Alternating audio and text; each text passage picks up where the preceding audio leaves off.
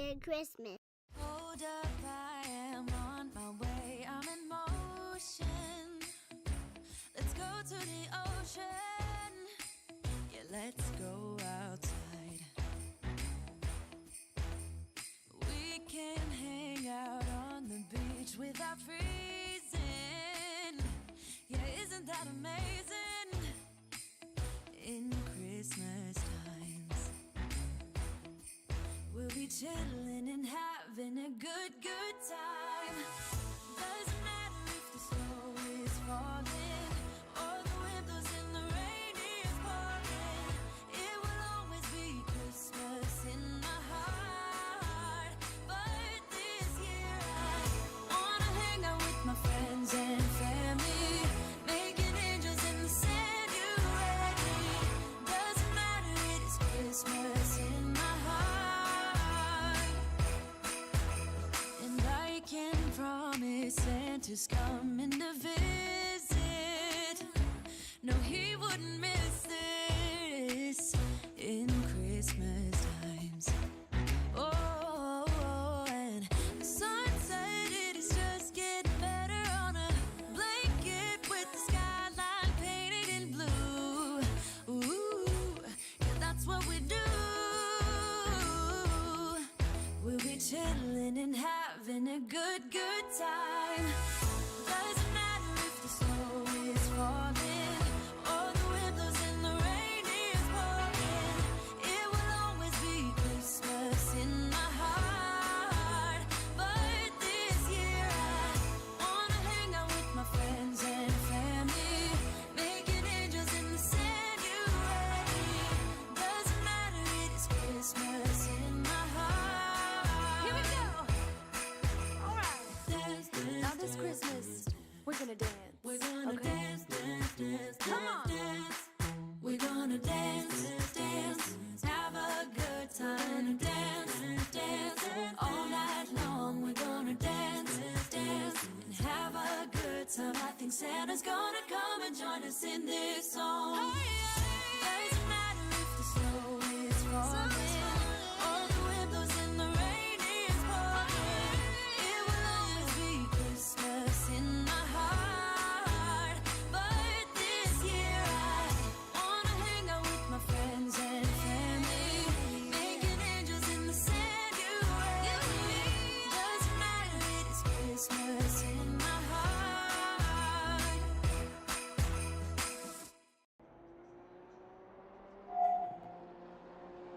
Good evening, everybody, and welcome to the DSLT Race into the Weekend number 48. And today with me from the North Pole, Cracker. Are you there, mate? Hello. Hello. How are you doing? I didn't expect something, but I didn't expect this. Ho, What ho, a, ho, ho, what a ho. great time to be alive. What a great time to be alive, ladies and gentlemen. From Trump to the Santa Claus, we have it all. We have it all. So yeah, Race into the Weekend, the last one of this year, and this thing is killing me. Awesome, yeah, the last one of the year. A little I had a wig as well, but You don't need a wig. no. Just put this a little bit. Sensation. Hello, everybody in the chat. Well, I'm still reviving from that intro. It was very Christmassy. I liked it, and now I like the stream even more because I have Santa Claus with me tonight. Yes. So you can see in the background, live from the North Pole. It's a little bit chillier, but yeah, we are in free practice, almost getting to qualifying. So I would say I get rid of all this stuff and let's go to the race. Yeah, let's go to the race and let's go to the final race into the weekend. 8 people in the server currently. We have a green track, 8 degrees. It's very cold. It's 4 a.m. in the morning. We'll be racing into the weekend and into the morning. So yeah, it will be interesting to see how the people do. We are in Hungary, Hungaroring. This is the last race into the weekend of this year. I'm really, really happy we did 48 editions of this chill, fun event. I enjoyed every one of them. I enjoyed organizing them. I enjoyed all the fun we had on track and off track and in the commentary box. And we had a good amount of drivers joining. Some weeks were just a few people, and then the next week we had full grid. So it's on and off, and you never know what's going to happen. Yeah. As my mic has still some hairs on it from the beard. I got a notification from Zvonimir in chat that your voice was a little bit silent. So I upped all the volumes I can and even push it to Discord to 120%. So I hope this is better. So let us know. Check. Wow, I think this is coming in really loud. But yeah, maybe put the mic a little bit closer. I can down the volume a little bit, and then that we have the. I'm pretty close now. I'm pretty close. Okay, good. All will be good. Look at the stars. Look at those stars. Isn't this Christmassy at all? Christmassy? Christmassy. Crispy. So we are going into qualifying. It was a quick practice. I didn't see any completed laps, so I think people were just checking out the conditions. I think it will be quite hard to get any temperature into the tires, as we see the first car driving out of the pit lane there, trying to get that temperature in the car. As we have more people joining, we now have 12 drivers outside. Very, very good. I think I have something running in the background that was screaming at me. Indeed, it was. No problem. Everything's good. Guru, how's life? Yeah, pretty awesome, to be honest. I am at my holidays since last Wednesday. Wednesday I had an appointment, so that's not too good. But after that, I had my days off. So I did a little bit of work for DSLT. I think I saw some of that work on track. That could be. Let's see. Normally Bradley here. See, this is one of the things I worked on. It's the livery we had for a couple of months, but now with the patch of the 1.8, it was like light gray. Didn't look that good, to be honest. So I changed it, and this is the thing I have. Yeah, it looks amazing. It's all the same colors, all the color codes are the same for this ones. And I saw also we have now the new red livery as well. So the gray is now red as well. So we have two liveries to choose from, and the boys were happy with it. So yeah, let's see, and there's more to come. I released one of the sponsor liveries today, Holy Energy sponsor livery as well. So that's great to see. Maybe somebody who's driving the BMW can, if they installed it, can choose it as well. But 11 guys now on track, and looking good for the first race of the last race of the race into the weekend for this year. The first race of the last two of the last three. I think you need some Holy Energy to that. If you like Holy Energy, you can use our discount code SRT in their web shop, and you will get a nice 10% discount on your order. So be sure to check that out. It's really good. I've really been enjoying Holy. There's no it's vegan, it's sugar free. It's all good. As we will see the first few people on their hot laps. That's Gabriel Nipt there in the Merc. Wow. Yeah, that's new. Some testing. Yeah, I know where that's for, but more to come about that. 7 minutes left. Maybe it's a good time to talk about Racing to the Weekend and the format. We've been talking about it, haven't we, Guru? Yeah, we had a little meeting, I think it was 2 weeks ago, for the end of the year and beginning, what we should do and how we can progress as a team. And we had this format that you decided to do. You pushed it. You had like races with 2 or 3 people, and now look, it's getting better and better, to say, the fun event we have on a Friday. So please explain what we came up with and what we are going to do, in your words. Well, it's not a big deal. We're gonna keep the format as it is. So it will be Friday night, 20:30, racing to the weekend, open lobby, nothing too special. You can choose your class, you can choose your car, whatever you like.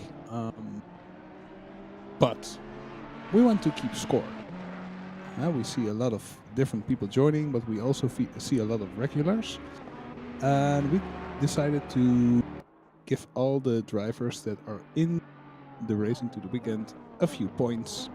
How are we going to do that? Because there are so many people and we have so many parameters, so to speak. What I want to do, for example, we now have 16 people on the server.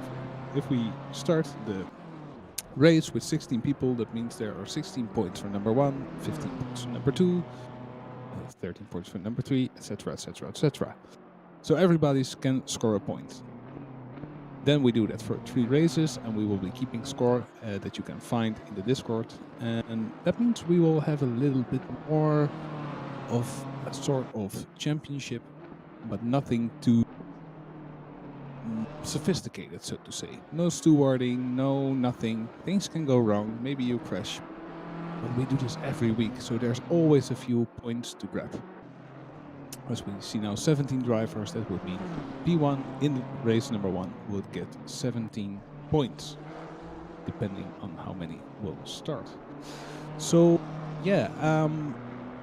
you can find everything in our Discord, discord.me/DSRT, and we'll be starting that from January 7, I recall correctly. Yeah, to next week it's Christmas, the week after it's New Year's Eve, so I will be drinking and you will possibly be drinking as well. And then the 7th of January, the first Friday of January, we will start with the changes. Nothing too big, nothing too serious, but I think it will be a good addition to this format. Yeah, I think so as well. And people can score points, so it will be like an unofficial league. And also, maybe we can announce that. It will run for 3 months. 3 months, Yeah, stage 1 will be 3 months. So that means after 3 months we will reset the score, and then we go into stage number 2 of that year. It might we run out for a week because of some special event, or always try to keep it on the Friday, and we run as much as possible. Indeed, and in our Discord, if you are a part of that and you are the winner of that quarter, you will get a special tag for that quarter that you are the winner of stage 1 or stage winner or champion from Racing to the Weekend. So always good to see that. Yeah, I think it will be a good good addition. I just noticed Case's message. Hello, Case. Hope hey, Case. Sounds like a bit of what we are looking to do for 2022. Well, I hope it's not on Friday. But if it's not on Friday, I think it was like a roulette Tuesday, something like this. Be sure to check GRG out. They are like our best neighbors, the best neighbors you can have. Always some fun events. I mean for the endurances. Okay, well I'll be keeping an eye out on your Discord for that, for sure. Well, Case knows that minimum of 2 teams will join as well. So they are our place to go for endurance races. The GLG community, check them out. Really nice people. And we had an amazing last year, to be honest. For DSOT, we had some championships. Chips. We had the Spa 24-hour victory, the 10 hours of Suzuka second place. We had the first place in Bathurst. But we also did with GRG and OTL, we did like a charity event, and we raised £2,500 pounds for the Cancer Research UK. So our year will go into the books of one of the most successful, I guess. Yeah, I think so. And also behind the scenes, we've been working all our asses off. Everybody, all the admins, all the team principals, everybody has been doing an amazing job to continuously improve our community. And yeah, we will continue our efforts in 2022. But after this one, we have one beautiful event left. That's the. Oh my god, I need to. The 2021 DSRT RGB Holy Sim Xmas World Cup. Wow. Will be a race on the Zolder track in ACC. And you can also win a special tag for the rest of the year. So be sure to check out our Discord, discord.me/DSRT, and then you can see it in the upcoming events, and you will get a special livery. Back to racing for a little bit. As we see Ruben Sully here doing some burnouts / tire warming / interesting moves. Stan van der Koele there in the Porsche 146.5. That's 7/10 from him. It's a big gap. And then there's like a whole group of drivers within a second from each other. So I think that's more of the regular pace. Boris Schmidt, good to see him back. Also Enrico, good to see you in a very interesting car there, the Honda. I like it that you drive the Honda. Let's see, Bradley Burgett is there. Also modded recently in our Discord to our official research and development engineer. He's been working his ass off as well. Well done to you, Bradley. See you. Thijs van der Hoorn, Tigers 2, also back again. Gabriel Nipte there in the Merc on 10th place. Svanimir is there. It's Ruben Sully. Kevin Lumber is also there. Joined our RTL Road to Legends talent program. Good to see him in the 39 Lamborghini. So yeah, lots of regulars. Also a lot of new people. I like it. Stan van der Koele, Desert Penguin made up 2/10, but Stan van der Koele is our sitter for race number 1. Yeah, let's go to the intro video then of Racing to the Weekend, and yeah, shortly be back for the race.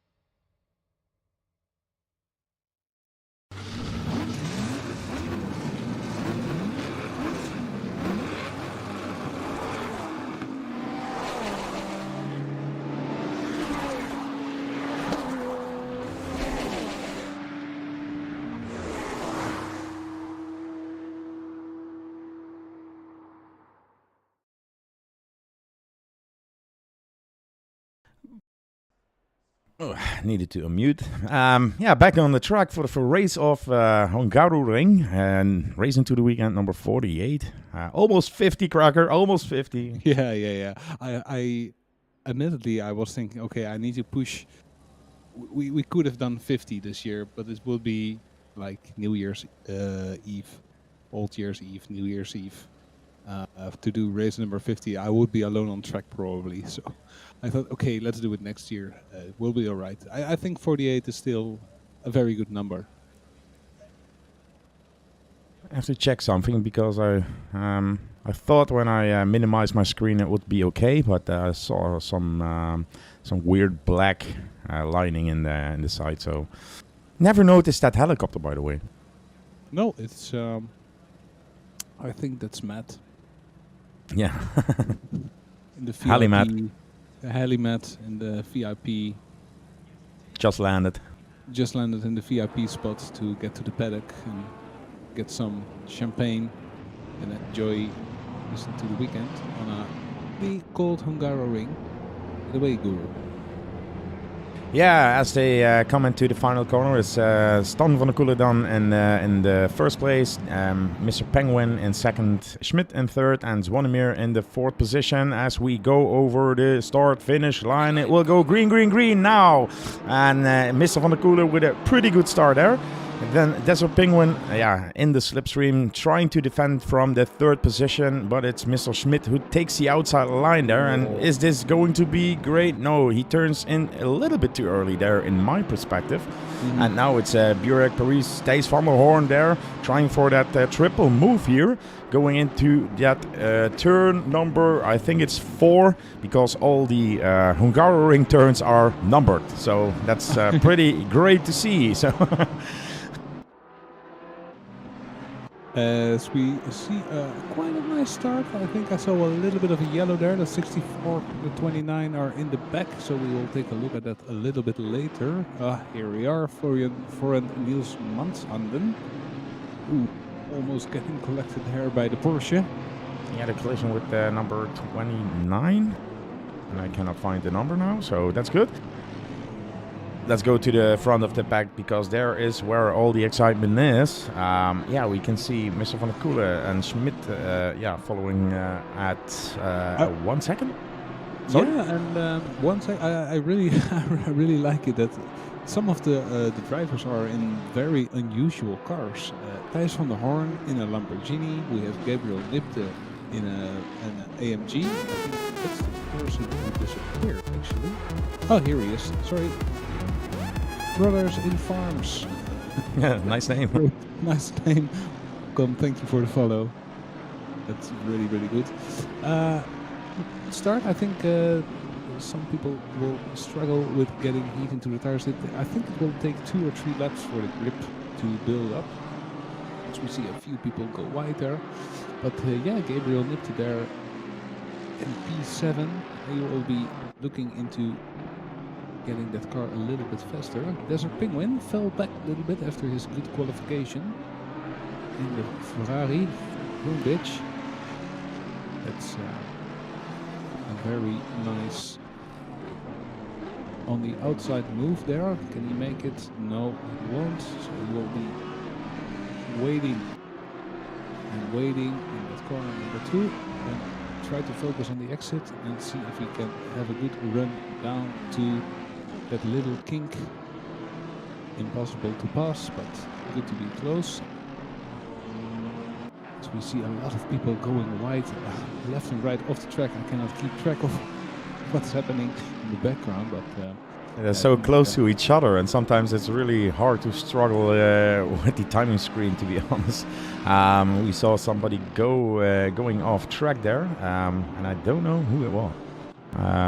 It was an Audi, I guess, but this is a Honda, so I just clicked on somebody. And it's Rico Paris, good to see him as well here. Burek here, really close on Thijs van der Hoorn as well, so battle for position 3. In the meantime, in chat, Brothers and Farms is Aces. He's new to the Discord. Hey, thank you very much for the follow, mate, and glad you are watching. Yeah, good to see you. I expect you on track in January. He recently joined our Discord, and I think we can work with Aces. I think he was very kind when he came in. So Stan van der Koelen there with fastest lap. Zwanimir Burek getting really close to Thijs van der Hoorn in the Porsche. That's in the Lamborghini. You see, this is how conditioned I am. Yeah, you are so known to the name and the car. So if you see the car, you know that's that driver. But now it's really mixed up. You could hear me stop. I will rewatch this 10 times probably and saying, you are stupid. They've been streaming for like 1.5, 2 years maybe, and I don't know how to do it. We've been through a lot. But it's good to close the year off now for racing to the weekend this year. And look forward to 2022 and keep enjoying ourselves. We have some good drivers driving in good leagues next year. I think everybody is still progressing and trying to make himself better, and that's what I really like. Put everybody in their best spot. And, that's why we have Guru. You know, he's the perfect man for the job. Mhm. I mean Santa Claus. Ja, ho, ho, ho, ho, ho. Excuse me, Santa. Niks ho, ho, ho. Doordrinken. That's my motto in Dutch, but that's something else. Swanamir is really pushing here, and he will go for the inside, and he makes the move. Wow. Little breaks, but he makes it stick. I think he wakes up every morning and doesn't piss excellent, but he's just going to ACC on the Hungaroring to do a few laps because he's really fast here.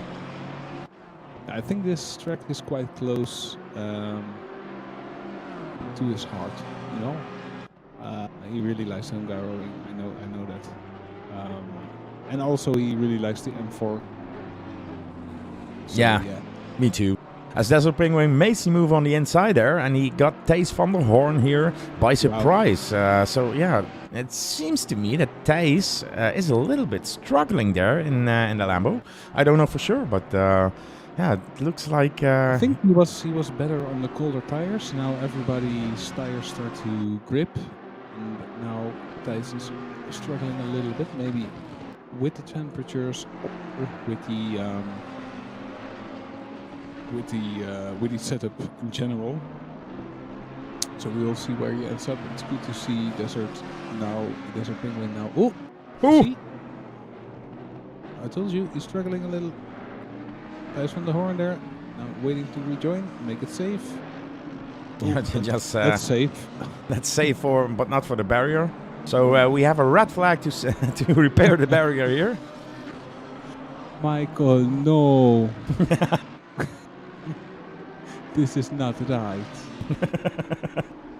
Linus Dellenbach there from the Switzerland.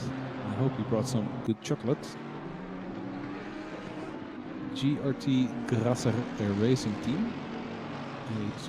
Currently I know you are more like commentating for the race, but you say chocolate from Switzerland? Mm-hmm. Well, the only thing is like that dog with the pull of beer in the neck. yeah. When there's alcohol in a country, you know it. Yeah.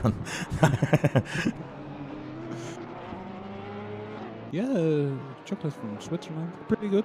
Pretty. Okay. Have to try that sometimes. But everything in Switzerland is expensive. If you go for a water and a croissant, you will pay like 12 euros. Wow. Yeah. Meantime, Schmidt closed the gap to Mr. Van der Koeler. I think maybe he made a mistake, but he's all over the tail there and is trying to the inside. Outside then, sorry. Next corner was an inside corner. But yeah, Mr. Van der Koeler is still in a defensive move, and that's going to cost him some time here as the BMW from Schmidt is really over his ass all the time. And a mistake there from Schmidt, almost losing the car, but nicely saved.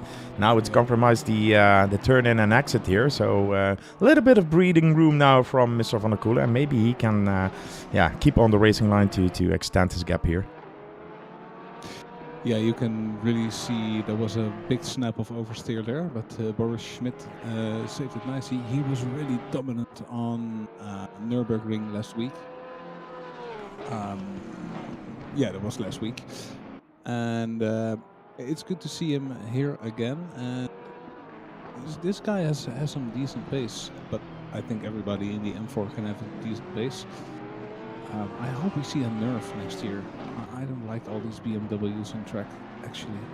It's good for now, but I want to see it more balanced. To be honest, I thought there would be more. There's only like 5 in the BMW of the 18, and we have like also 5 Lamborghinis on track. So, oh no, there's 6 even. The number 18 car is a BMW as well. So yeah, I think the hype is dropping a little bit because last week I think we had like 10 of the 13 in a BMW. Yeah, it's really too much. I think it's alright if it's something new and everybody wants to try it. Everybody was like really enthusiastic about its power and the way it handles. That's good, that's alright, but now the hype is over and now we can get back to like proper balanced grids with we had the Honda of Enrico Paris on track, for example. We have Audi now, and I think that's good. You know, it's a little bit of visual changes on track to see what car works out, what car does not. I really like the look of the Honda. He has a very beautiful overtake here. Somebody touched Tiggerstu there in that overtake. He went to the outside a little bit, and I think it was Thijs who oversaw Tiggerstu a little bit there, so that's not good. A little bit of an incident. I don't think Thijs is the one who does this on purpose, to be honest. Or was it number? I don't know. What's the number of 48? Let's see if we can see. And let's see it from the top here then. You see there that Enrico is going for the inside. Yeah, there was actually a very bold. First looking in at the outside, now goes towards the inside, side by side. See the exit speed from Lumber. It was so massive against Tiggerstu that unfortunate incident, I think. Yeah, these things wouldn't be on purpose, but I think if you that little bend there, that little knick in the track is known to be dangerous. It's not a spot for overtaking. You really need to be mindful what you do there, and it's better to follow a car and set it up for the next straight. This track is known to be hard for overtaking. You know, there's only a few spots where you can really try. So we see two drive-thrus. That's one from Manshanden there, car number 1, and Mr. Ret in this 60 car. Lamborghini also has a drive-thru, probably all track limits because everybody was all around the place. As the sun comes up now, with beautiful lighting. we chose that perfectly, right? Yeah. Very good. And now Boris Schmidt is again on the tail of Stan van der Koelen. The Porsche known for its exit speed, so I think it would be hard for Schmidt to keep up, but the BMW is very good on braking and has a very, very good straight line speed.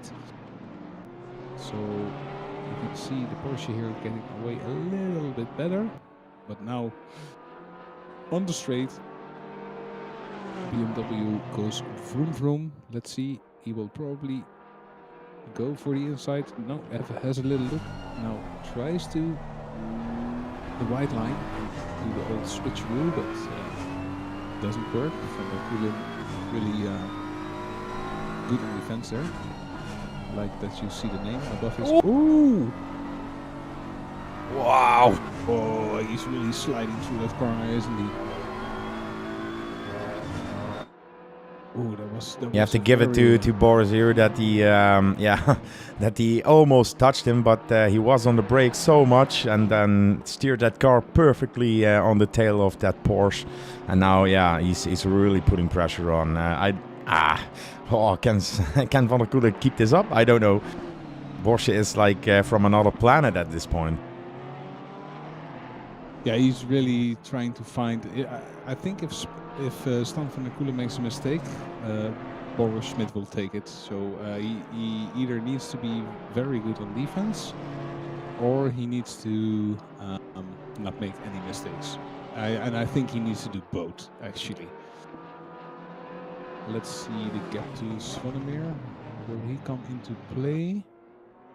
That's 6.2 seconds. It's Swannemeer there with a drive-through. Oh, and that must be track limits as well. And he was fighting with Desert Penguin. So Penguin just took that podium position away from Swannemeer, and also he had a drive-through, so he will lose some positions here. Yeah, that will set him back, probably behind Thijs van der Hoorn, maybe even behind Nipte. And I think Nipte also has found something in that car, because he is getting closer and closer to Thijs van der Hoorn here, who made a mistake a little bit earlier. So they both need to work together to close that gap of 6.5 seconds to Mama. Yo, Mama. Your mama. That's in the number 30 Audi. Ooh, again, they're really having a decent battle here, letting each other live. Boris Schmidt around the outside. Can he make it stick? No. Trying to get on the power early. You can see a little bit of twitchy on the backside. There's nothing you can do but follow. It's not an overtaking opportunity. The same goes here for the S's that are coming up. So it's very important that Stan van der Koelen makes no mistakes and not. He's really towards the edge of the track, isn't he? Yeah, and I saw Boris going sometimes wide, so I think he needs to be careful not getting any track limits as well. Really close braking again here. That's like you can put a piece of paper between it. He's really on the tail and he knows the car. You can see it. But also, yeah, we know that Van der Koelen in that Porsche can be, a tough cookie to crack. Yeah. No pun intended. But yeah, it's BMW now trying to follow on start-finish line here in the slipstream. And yeah, trying to go for the move then in turn number 1. Really weird turns, as I said. Mr. van der Koelen then defensive move now here, trying to defend from the inside. That will compromise because, yeah, maybe he can cut back. No, yeah, not the power enough. And going wide there. Now he pushes him again to the outside of the track, and Mr. van der Koelen then on the inside. But if he gets early on the power, Boris can make the move down here. Can he? Can he? Oh no, losing the rear a little bit there, and it's still van der Koelen that takes that position. Jesus Christ, didn't see that one coming, but the exit of Boris was compromised there. So no attack for this round. 3 minutes and 15 seconds to go. As Tickers2 in chat said, all good. All good. All good. Great racing. Indeed, it is all good. Or all goddamn it. Could be as well. I don't know, but I think he said all good. As a team player, he is. Yeah, he knows these things happened, and seeing this battle of Van der Koelen and Schmidt here, this is really something to behold, because they really try to make the best out of the situation. They know the strengths of their cars. Again, getting really close here to Stan van der Koelen, who has to brake a little bit earlier than that BMW, but he cannot make the pass, and then the Porsche goes on the throttle, and vroom vroom, it goes away. And I know how it is, because there is a battle for P5 as well. And when I switch over, I know for a fact that Boris will make that move. Oh, a little slidey on the rear there as well. I think he needs to do a little bit of a setup change there. Whoa, that's weaving. Michael, no. No, that's weaving. Michael. Oh, we are racing cars here, huh? It's car racing. Kian. It's called motor racing. It's called motor racing, yeah. Kian, hi, how are you doing? All good, guys. That's racing. That's what Tickers2 said. So, yeah, all good. That was my first intention as well. So, very nice to see. In the meantime, let me see, because Nipped... outside line for Boris. No, cutting the curve there a little bit from Mr. van der Koelen. Really close. And a little bit wider, but Stan needs to mind those track limits as well. I see something coming. In the last minute of the race, somebody gets a drive-through of this too, because the battle went on from like minute 10, and they are still tail on nose on tail. At this point, 0.2 seconds between them. Switch closely over, because it's Thijs van der Hoorn who just passed Gabe Nipte here, and Mr. Paris is behind him, so a 3-man battle here then for P5. See, I didn't change and the pass made, and now I'm really looking at the timing of Van der Koelen and Schmidt as well. He just got the quickest lap, right? Schmidt only got quickest lap. Only quickest lap, so let's see the distance then as they come to start finish. That's the best way to overtake in those next corners. And Lombard is really pushing as well to Paris, so it's now a 4-man battle in the last lap, I guess, for P5. Oh, we need to watch the replay of this one because there's so much going on. Yeah. And we only have one screen. We need picture in picture. Oh, that would be awesome if I could do that. Yeah. I think it's possible. We can work something out. So I noted something. Here Boris Schmidt again trying to find that little gap, and Stan van der Koelen needs to keep his head clear and focus on what he's doing. Again, you can see BMW stronger on this part of the track, but he just cannot make it stick. Again, it's really cutting the course there, but allowed by the game. Maybe you got some track limits left to use in this lap. Oh, that's wide. That's both are right, but nowhere from race control. That's good, so they can continue. Let's see. This Plan B, Strat A. That's for Van der Koelen, who's really under pressure still from Mr. Schmidt. But yeah, the defensive moves are great there. In the meantime, in chat, my friends are watching and they are saying I'm missing a lot of beer. But hey, I have vodka. And indeed, that is. As Boris tries a bolty move there on the inside. And yeah, that Assetto Competizione board is just in my way. He couldn't make it work there. So next corner, where are we on track? So now into the last corner there. Yeah, I think this one is for Mr. Van der Koelen. He tried to dive a little bit, didn't work, and it's job done by Mr. Van der Koelen, who will be first, Schmidt in second, and Penguin in third. Then we have a gap to Mama, your mama. And then we have Thijs van der Hoorn here with Nipte, Paris, and Lombard. And the fight here is between Paris and Nipte. So, a little bit. He pushed me off track. Lombard then trying the inside of Paris there. Last corner for them. It's Mr. Thijs van der Hoorn, who in that Lambo, we still have to get used to that, takes position 4. And it's Nipte then in P5, Paris in P6, and Lombard in P7. The man we didn't see that much, who is under pressure now by Zwonemir, is here gladly going to his pit crew. Ruben Saldi in P8, Zwonemir Burek in P9.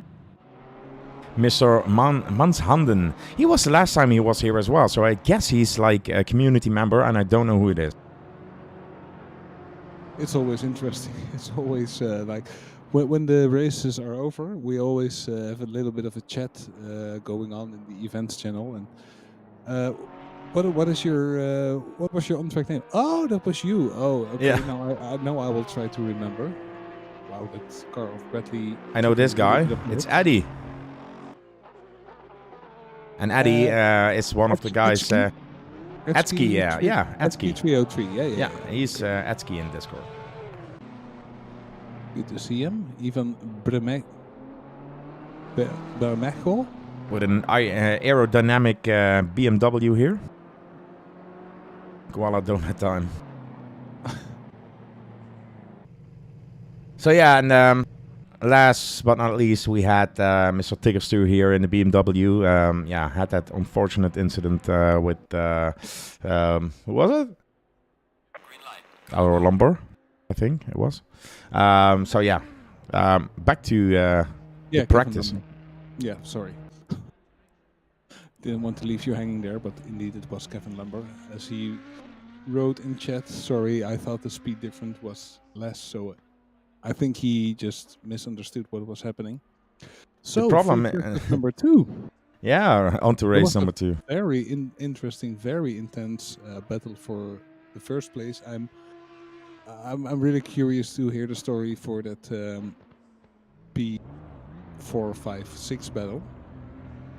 That was very intense as well, but we had to miss it. Sometimes you gotta choose what to see. Yeah, I always try to pick the cars that are close, because the timing screen has always a delay. So if I see names changing, like an overtake, it takes like 10 seconds before the overlay switch positions. So if I can Really? see that, yeah, I have that problem. So I never can tell you when somebody is overtaking somebody. I only can see timing, so I try to keep the timings that are as close as possible, sorted by the position. Of course, a battle for P1 is more interesting than a battle for P16, 17. But now I was watching Mr. Oh, Jesus Christ, I'm so bad today. Mr. van der Koelen fighting then with Boris. And in the meantime, there was a fight for P5 that was amazing as well, I think. And that's why we need screen and screen for next year. So a new idea, we have to figure out how we can do more battles. So maybe both of us can stream. I can do like a link to something that I can put in my stream that we can pop up when some battles are going on. So yeah, that's a new idea. How we are going to do that, I don't know, but we need to do it. we will try to check it out. We will see what we can do. Free practice number 2, 7 a.m. in the morning. Is on Saturday state, 12 degrees, so a little bit temperature increase there, and no wind, all clear, so that's good. So still, that's a very early Saturday morning. Me at 7 a.m. I will be in my bed. Yeah, I Just think so as waking up well. on the Saturday, but these guys are sitting on the Hungaroring for their free practice, and soon we will go into qualifying. Yeah, but to be honest, if you can race on this track at 7 a.m., you would do it. Oh, of course, even if it's 4 a.m. I Yeah, don't mind. I was on the way to Spa-Francorchamps at I think it was like 6:30, 7 a.m. I raced sometime later because of the fog, but I didn't mind it at all, mate. It was like cold and everything, but I was like excited to do that laps on Spa. Should we go to the Christmas intro for before the qualification, and then we can refresh a little bit? So let's enjoy the new DSLT Christmas intro.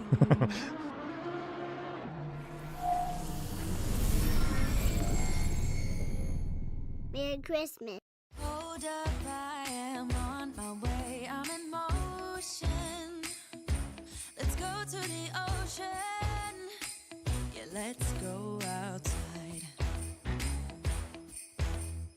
We can hang out on the beach without freezing. Yeah, isn't that amazing? In Christmas times, we'll be chilling and having a good time. Doesn't matter if the snow is falling or the wind blows and the rain is pouring. It will always be Christmas in my heart. But this year I wanna hang out with my friends and family, making angels in the sanctuary. Doesn't matter, it is Christmas in my heart. And I can promise Santa's coming to visit. No, he wouldn't miss this in Christmas times. Oh, and the sun said it is just getting better on a blanket with the skyline painted in blue. Ooh, yeah, that's what we do. We'll be chilling and having a good time. Doesn't matter if the snow is falling or the wind blows and the rain is pouring. It will always be Christmas in my heart. But this year I wanna hang out with my friends and family, making angels in the sanctuary. Doesn't matter, it is Christmas in my heart. Here we go. All right. Dance, dance, now this Christmas, we're gonna dance. We're gonna dance, dance, dance, come on. Dance. We're gonna dance, dance, have a good time. Dance, dance, all night long. We're gonna dance, dance, and have a good time. I think Santa's gonna come and join us in this song. Doesn't matter if the snow is falling or the wind blows and the rain is pouring. It will always be Christmas in my heart.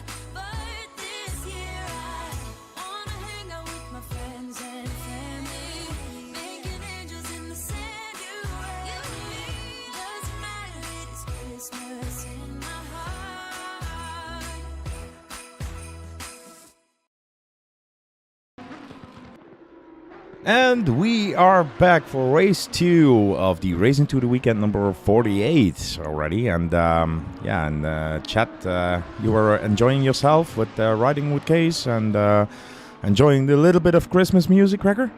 Yeah. I always enjoy. I enjoy the interaction with the community when I'm streaming. I enjoy racing. I think I enjoy everything a little bit too much, to be honest. Yeah, to be honest. It's so hard to have a lot of time every week now in DSRT and in sim racing in general. And I need to find something. I need to change something in that perspective next year. But I really enjoy it. That's the most important part, and it really helps me to shut off from the world and having our little cozy living room Discord with all the great people and our great team members. And everybody really supportive, on track, off track, trying to improve each other. I couldn't wish for more. Yeah, I'm glad to have this community with. It's not like we always discuss like, do we need to do leagues? Are we a community with leagues, or are we a team? But we are a team. But more of that, I think we are a bunch of friends. We became friends with each other. We met in person already. We had a blast looking at a cup of coffees, and we had some fun. We discussed some things. We picked up brain on the Trigger Treat event, and people are so nice, and we select people on that as well. And to see a bunch of people on track every Friday, having a drink, having some fun on stream, and having some banter, as you said, the admins and owners compensate for their results on track. You mean me, because I'm slow as hell. But it's just a lovely bunch, and I think more people are enjoying it because you can see names in here. Manshanden, last week he was there, he's now here as well. Bradley is here. Tiggers too, most of the weekends, always here. Mr. Penguin joined us. We invited him. He's when he can. He's a busy person in life. He's here again. Mr. Mama, I don't know. Thijs van der Hoorn, Eddie, Zwanimir, Lumber, Burek, Knipte, Pereira also, he tried iRacing, I guess. He had a first place for the first time last week, so that's good. Mr. Van der Koelen, Solly, Paris. And the Abso Idiot. I wanted to say the absolute idiot, seeing that name, but I think that's what the name. Yeah, the absolute idiot. I don't like it when people like these use these banter names. I think the system is good enough to put out your own name, and you have something to hide when you put in names like this. But all right, he's the 52 Ferrari there in the amateur class. So 52. That's a number I remember. Yeah, I was thinking as well. That's such a coincidence. That's 52. There's something with 52. I cannot recall at this point. Now I know what driver in our community always has 52. Oh, this is like a quiz. Yeah, what driver of the DSRT community always drives with number 52? You can win a prize, and the prize is you will be known as the Jeopardy King in chat. That's a good prize. 50. Now I know. No problem. Okay. I think number 52 might have exposed himself by using that number and changing his name. Because I know the person that drives that number always drives the Ferrari. Yeah, indeed. Correct. So there are a little bit too much coincidences in this part. I was looking at the social room in our Discord, discord.me/DSRT. But that certain person is not in chat right now. So He isn't we'll even, figure yeah, it but out. what he does as well is put himself offline a lot. So you don't know if he's there. Oh, that gives away. That's a big hint. So let's see. 4 minutes left in qualifying number 2. Stan van der Koelen there in the Lamborghini. I said it right this time. With a 145.7, so the track certainly did increase in terms of grip. Track is now fast, so still not optimum. 13 degrees Celsius and no wind. Very sunny, that's good.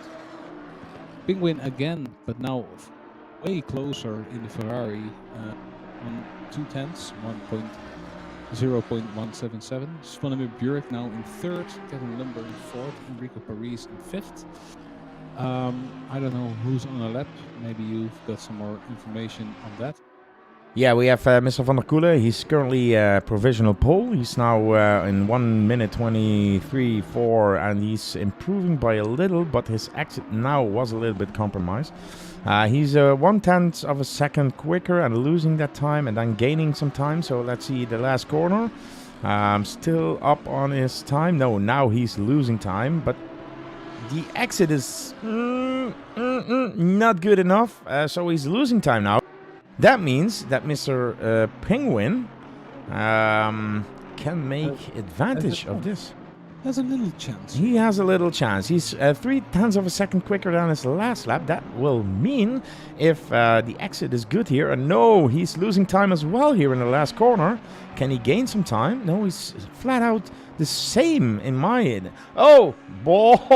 He was flat out the same. And my timing screen, I said it before, it's a little bit of a delay in it because Mr. Penguin just improved himself in 0.248 seconds. So he's now provisional pole. Jeez, I hate my timing screen. You use like race control for this? Yeah. Oh, normally it's like really. But I have some issues, so I guess because I have holiday, I need to finish some work for DSLT, and then I will back up the things, and I will do a fresh install, because it's the first time in, not the first time, it's about 3-4 months now that my PC is blowing hot air. It cannot handle anything. If I start up a game, it like it's out of condition, you know? It's like... You need to, like, I did some... I placed a new hard disk and then I cleaned everything up, and now it's like the temperatures are again much lower. Let's see, there are a few people that didn't set a time yet. I'm surprised. We have Tom Carroll on track now in the 392 Audi. Interesting choice again, the mid-engine Audi. So let's see if he can compare to Enrico Paris there, the number 6 Audi, currently 4/10 up. Jeez. And I see we have Impulse waiting in the driver interview, so let's get him in for a minute, and exactly a minute, to tell his little story for tonight before we enter race number 3. Hello. Hello, friends. How are we? Fine. I just wanted to say, Mr. Penguin just improved himself another 10th, so he's now 3/10 up to Mr. van der Koelen, who is not improving on his lap time. I'm sorry. And now, hey, Mr. Carroll, how are you doing? I am very well, sir. How are you? I'm fine. Oh. Yes, I'm in the session. I made it. Yeah, I saw Yay. it. You were writing that you were on for race 3, but here you are. Yeah, I didn't think I'd make it. That was the quickest toilet break that I've ever had in my entire life. And my PC didn't want to boot, so it was taking forever. But I joined with 10 seconds left in the session, so not time to record a qualifying lap, but time to race. So always fun. Seeing that qualifying is over, Mr. Penguin has P1. Svan van der Koelen, who was the winner of the last race, is in P2. I'm missing somebody. You're missing somebody. Yeah, where is Mr. Boris? Boris Schmidt. Yeah, I think he left. And instead of that, we have Matt Sill now joined, currently in P20 in the Honda. Ooh, that's not good. That's not good. And we are gonna keep an eye out on the absolute idiots there, as we have one car leaving. 19 people. Yeah, 19 people, really, really good for Hungaroring and for Friday night. So I'm always happy when people enjoy themselves. Yeah, that was qualification over, so we will see a last to first challenge there from Impulse. Impulse, we'll see you after the race. Enjoy yourselves. Yes, thank you very much. I shall catch you guys shortly. But yeah, Catch you all the later, best. mate. In a bit, boys. Yo! And in the meantime, I will show the Racing to the Weekend intro before the race starts.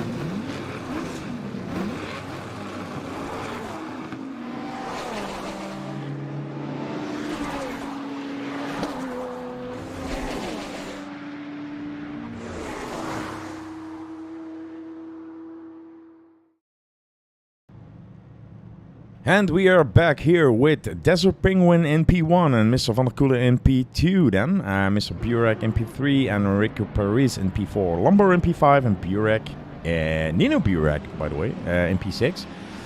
Nipte in P7 and Thijs van der Hoorn in P8. And they are now in the last turn here to go over start-finish line again. Yeah, let's see this one. If this will be just as exciting as the other one. I love the reflections of those cars as they come over the start-finish line. It's green, green, green. 30-minute race at this point. And it's Mr. Penguin who loses position, it looks like. Let's go to the top here then to see what's going on. Mr. Penguin then on the inside here, taking that tight line, but it's Mr. Van der Koelen. Ooh, losing it a little bit on the AstroTurf there as well. And Penguin still in P1. In the background is one of our Burek and Mr. Paris are fighting it out. And I think, to be honest, I don't know for sure. It's Mr. Paris who is P3 at this point. So, who's that losing it? 39 car there. That's Lumber losing. Lumber losing it there. Yeah, back to the pit. Oh, that's a quick back to the pits. But we never give up, so we'll see him out there shortly again. Van der Koelen, I think, now has the car a little bit more up, so I think he will show better pace. His qualification was also closer to Van der Koelen. So Van der Koelen now in the position that Boris Schmidt was last race. Let's see if he can make the pass, the overtake on Penguin, or is it now Penguin goes vroom vroom and will be gone. And Rico there in the Audi has the Audi set up quite nicely for this track. And that's Gabriel Nipton now in the Lamborghini. He parked a Mercedes for you to drive home, Guru. Yeah, he parked a Mercedes, but why I switched was because he just made an overtake there. And I think it was to, I think Bradley, to be honest. Nope. Then it was Mama. Yeah, Joe Mama. Yeah, now the update is there. It's Gabriel Nipton who won the position against your Mama. Yeah, sorry for that. In the background here, Stiggers 2 now fighting with Bradley. And he takes the inside line there and tries to have a better exit. And I think, it's Bradley with a good exit, but is it enough? No. At this point, it isn't. Still side by side then for turn number, I think, three or something. And that's 5. No, I don't know. I don't have a screen with all the turn names. Turn 1, 2, 3, 4, 5, 6, and that goes on. I thought, to 18 or 19. So, yeah, great job by Tickles 2 there, taking that position from Bradley away. Who else do we have in battle? It's Mr. Nino Burek then on the tail of Thijs van der Hoorn. Thijs van der Hoorn lost 2.4 seconds against Wouter Burek. But yeah, Nino is trying to catch up with his brother. But there's one name in the way, and it's Mr. van der Hoorn. Yeah, Nino and Zvonimir will be driving in the last endurance race from the GRG Endurance Championship from this year, and they might take home first position in that championship tomorrow. So really excited to see how that race turns out. It's this week, yeah, it's this week. We also have another team driving on Laguna Seca, so be sure to keep an eye out for those results tomorrow, as they will try to, the Burek brothers will try to bring it home. Joe Mama there going really wide and trying to maximize his exit speed, but can he make any kind of impression on Ruben Solly there? Am I correct in the 24 car? Yes, I am. He now also switched cars to the Lamborghini. And I didn't see too much from him last race, so it'll be interesting to see if he can improve a little bit in this race. I see it goes really wide there. That's probably an off track. Let's see if he can make this corner correctly. This is one of the hardest corners of the track, where the car really understeers or oversteers. It's a little bit of going up, and then the weight transfer is enormous. This part of the track also very interesting. Carol there in the Audi, gentleman's drive, no snow, nothing. I think he scratched the front of the car already a little bit, so he has been punting people. I'm not surprised. Let's see what happens here. Had a little bit of a... I think it already happened, but it's max that I can rewind it. Yeah, I had a little bit of a battle with that 52 car. Let's see what happens here. The 52 turns in, and that's T-boned. Oh, you should give that position back, mate. That's not like how we like to drive. It's Friday. You don't have to be that aggressive.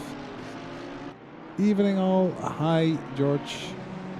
Good to see you in chat again. Tell Tom he needs to calm his tits, as Desert Penguin now has fastest lap. What else is there? I thought that was a message somewhere. But you added to one of our biggest fans. Yeah, George. Tom's dad thought him well. He always joins the streams when Tom is driving, even if Tom is not driving. Yeah, well, just wanted to say that one. He's almost here every time we are streaming, so I'm really glad he is here. A really nice guy. Yeah, Mr. Van der Koelen then trying to catch up with Mr. Penguin. 0.2 of a second. So now the last race we had Boris and Mr. Van der Koelen, and now we have Penguin and Mr. Van der Koelen. So we know that Penguin is a really fast guy. He normally drives away very easily, but this time Mr. Van der Koelen was up really early. He was one of the first who installed the livery pack, and I think he tried it out on track as well, just to make a really good impression here. Mr. Paris then 3.5 seconds away from Mr. Van der Koelen, and in his neck breathing is Mr. Zvonimir Burek. I have to pronounce it correctly, right? Yes, otherwise the Croatian mafia will come to your house and make some deals with you. Ruben Solly there in the 24 car having a drive-through. We did see him going a little bit wide here and there, so that will set him back. That brings Joe Mama back into play, but has a little bit of a gap. Tigers 2 and now in 9th position. He did really well last week. He was really He was doing really well on Alton Park last week. I loved the message from him. I was telling about Tigers too, that he was new to sim racing, and he's improving so much since he joined the Road to Legends for a while, and then he dropped out because he needed to get to himself and everything. And I was telling he's new to this, and he was like, "No, mate, I'm gaming for a long time." I was like, "No, sim racing." He's such a nice guy. Love to have him in here as well, and I love to see him back on track as well. Yeah, good to see. He's really a regular in our events. Good to see. Zvonimir Burek. That front of that car has... is it damaged or is it... Let's see it back, because there was something weird on my timing screen. I don't know what, but this is the image. We tied inside line there. Good exit. I think something happened here. Is it? Oh. That was a punt. That was a punt. Like Jimmy Bravo would say, puntarino. Yep. He waited for a little bit there to give the position back. That's good sportsmanship. That's what a DSRT black driver should do. And just yield and get back to it. This is also where race to the weekend. I think you can improve as a driver in racing to the weekend, because there's nothing that sets you back if you lose, and you can really get those new acquired skills into your leagues. And Zvonimir is doing a lot of them. I think he already signed up for like 3 or 4 leagues for next year, so he will be putting our names out there on track. Let's see the gap that's Tom Carroll there. Oh, that's a beautiful overtake. That was a good one. Yeah, very boldy move there, to be honest. It was on Mr. Harvey, I guess. He stuck on the inside on the racing line, as Mr. Harvey thought, no, cuckoo, here I am on the inside. But Tom, you saw the little move there to give him some room, just to avoid him. And he's now chasing Bradley Burgett. And the timings aren't really, because it's correct. Sorry, it's half a second away. Bradley Burgett then has a gap of 3 seconds to Zvonimir, who just lost some positions by giving a position back. No! Look at Joe. That's another drive-through again for track limits, so that will set Joe back. That will just set Joe back, but good news for tickets to Miss Paris, Zvonimir, Bradley, Tom Carroll, and everybody who's behind him. Yeah, those gaps are really small, so if you do it like this, that's a beautiful exit there. A little wide on the exit. I hope it's worth the track limit. Let's see, can the 48, can the 21 keep it? Oh no. Bravely moved from Ritw. Yeah, beautiful on the outside, and then keeping, finding all the grip that's possible. I think that's one of Gabriel's specialties, to find grip somewhere that there isn't grip. Yeah, he knows the racing lines, and he knows when you take an outside line how to cut back or just make the most of it, even if it's on a dirty part of the track. He's I think one of the most experienced guys here, because he's racing from a young age, and he joined the DSLT in the beginning, and he improved so much in the meantime, and he was fast in the beginning. Let me say that. But really boldy move there, and he really knows how to do it. And now you can see that Thijs van der Hoorn is under pressure again from Ritw. So just in one lap he's managed to overtake one and put pressure on the other. Yeah, I think he is loving the Lamborghini. It's a very overall decent car, and I think if you get it hooked up correctly, it can really help you. I think it suits my personal driving style. That's why too close on him. Losing the car. Yeah, we see the sponsors in the crown, and they never give up. And there he goes again, trying to get back to that. I didn't know. That's commentator's curse. Yeah, absolutely. So let's leave him alone. You will not have to drink, Yeah, Gabriel. he's going for a drink now. Yeah, probably.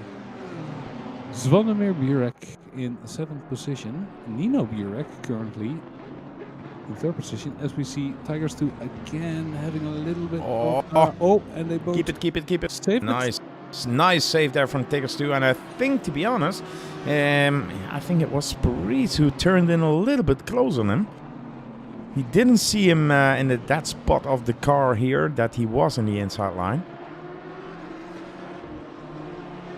Yeah, I don't know. The track dips away from you in that first corner. Let's see this. what happens. Oh, it's Paris who launches on the outside, but see, he's turning in. You know that the car is there, so I think this was a little bit on Paris. Yeah, I think he should left the door open a little bit. You always have to leave a space, as someone famous said once. But I love to see Stewart's racecraft and the way he now operates on track. Getting better and better. Good on the defense, good on the attack. So yeah, he decent driver. Good to see. Zvonimir Burek trying to get on the tail of Thijs van der Horn. Gabriel Nipte with a stop and go 30. I think he speeded in the pit lane. This is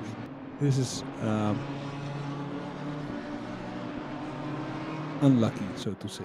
I've seen it happening to Gabriel way too often in ACC when the pit stop is not correctly set up, or they forgot to take tires, or speeding in the pit lane, or disconnects. It's a little bit unlucky. Oh, no. Oh, Zvonimir. Oh, no. That's not how we do it. Oh, not stopping the car on track. I mean, you bump him, you go to the outside line, you wait, give the position back like this, and then you complete your race. But you stopped in the middle of the apex of the corner where the guys are coming. Oh, Zvonimir, what are you doing? Cerveza. He's watching the stream. I think he has too much Cervezas, to be honest.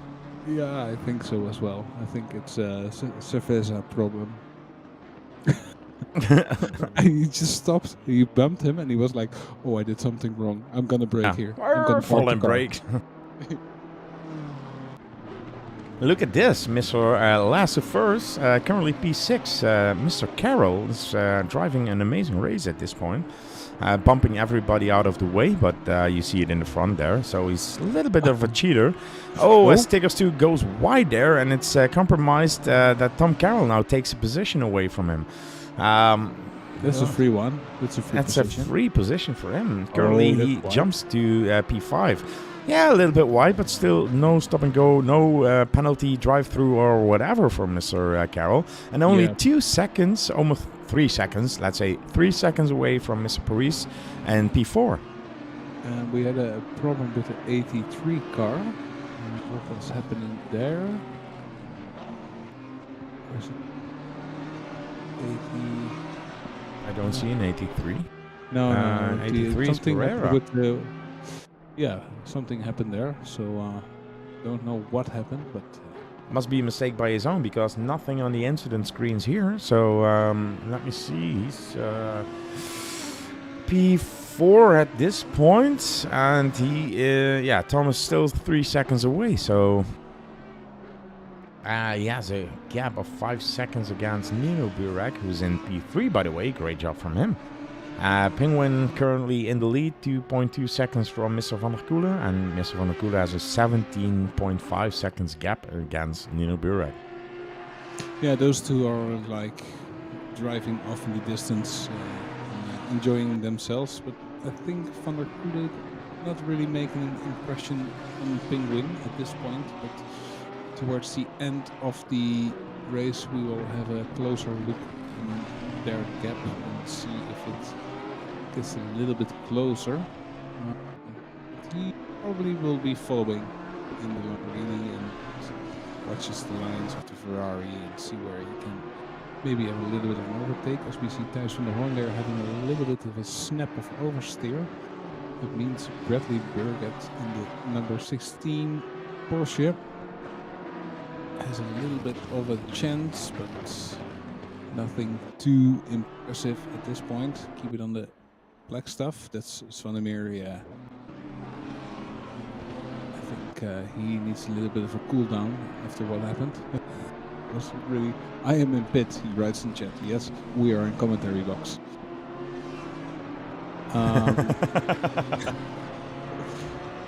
Let's see how if Bradley can do something, and if Thijs van der Horn can make an impression on Tigers 2 there. It's a nice camera angle when the wing is just in front of the cars all the time. Yeah, I think we should get a saw and just get it off there. Yeah.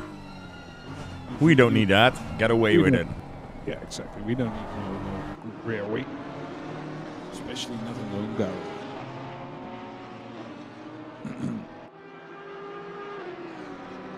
Yeah, that's it's the only battle, to be honest. It's Mr. Tiggerstu in P6, followed by Thijs van der Horn and Mr. Bradley Burgett, as Mr. Thijs van der Horn tries the inside, but nice defensive line there from Mr. Tiggerstu. And yeah, it's currently Mr. Tiggerstu in P6 doing a great job. He won some positions, but can he hold on to the P6 position as he goes wide? And wow, what a move inside, and wow, nicely seen. Oh, that was close. And with that close move and on the brake, it's Mr. Bradley Burgett in the background then trying to take advantage of it, but it didn't work there. No. So but yeah, he's watching what's happening. Yeah. So Mr. Tiggerstu just dropped to P7 then. Thijs van der Horn taking that P6 away. Yeah, let's see if Mr. Burgett can take advantage of it, or maybe Tiggerstu can defend that position. P7 is a nice result, but still 10 minutes to race. Yeah, still 10 minutes left. I hope everybody took a good look at the poster I post every week.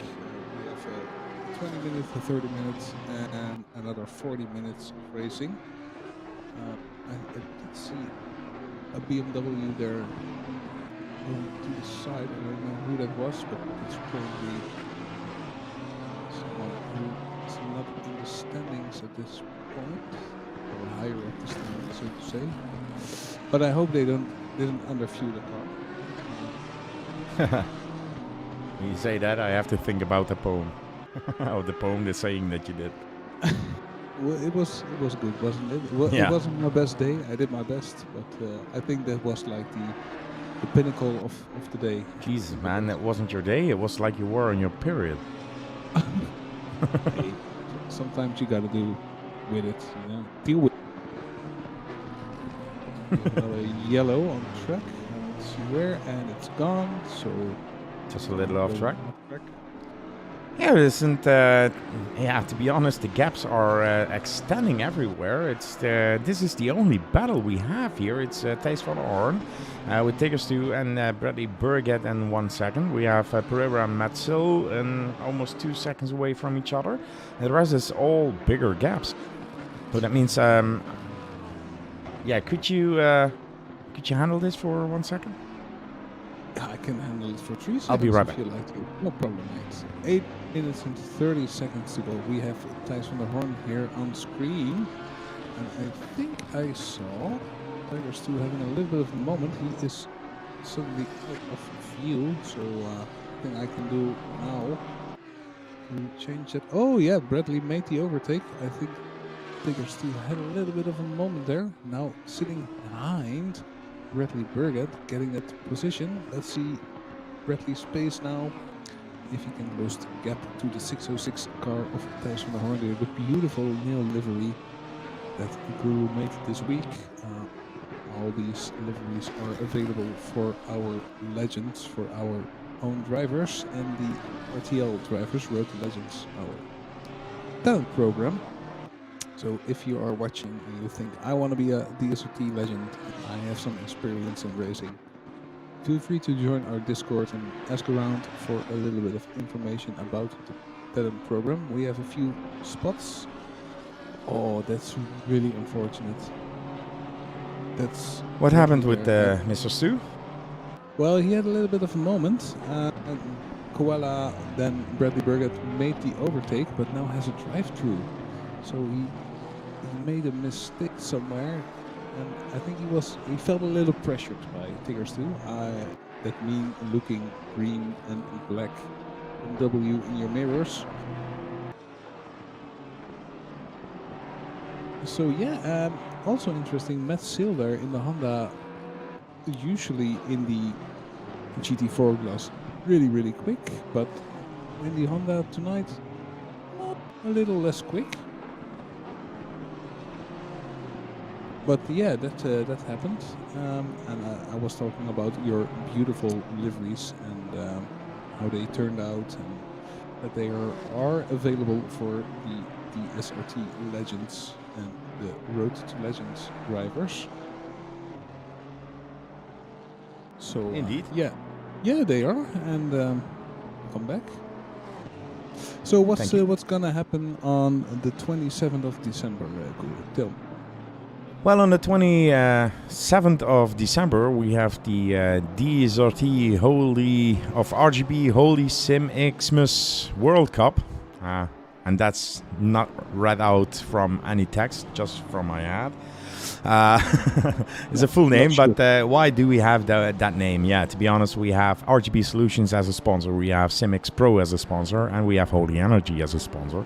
So I combined the name. It's a RGB Holy Energy SimX Pro World Cup.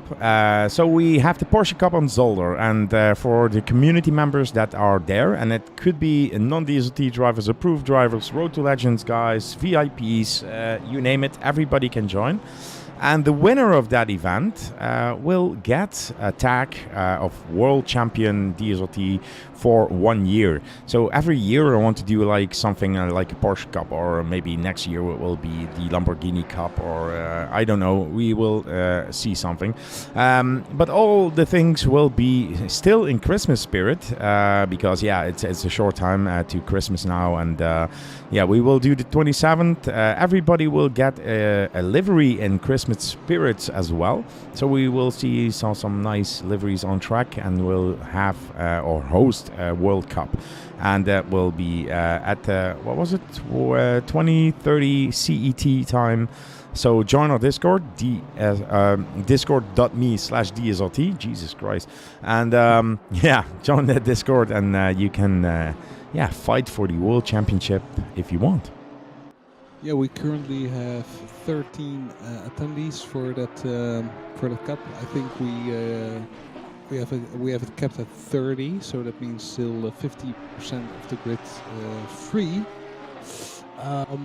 And we will be streaming the whole event, and it will be me and Christmas with our full bellies of all the turkey and all the nice things to after all those days, and then we will be sitting here with our fat asses and enjoying the boys driving for that World Cup tag. Gabriel Nipte again with a drive-through. I think that's like his second.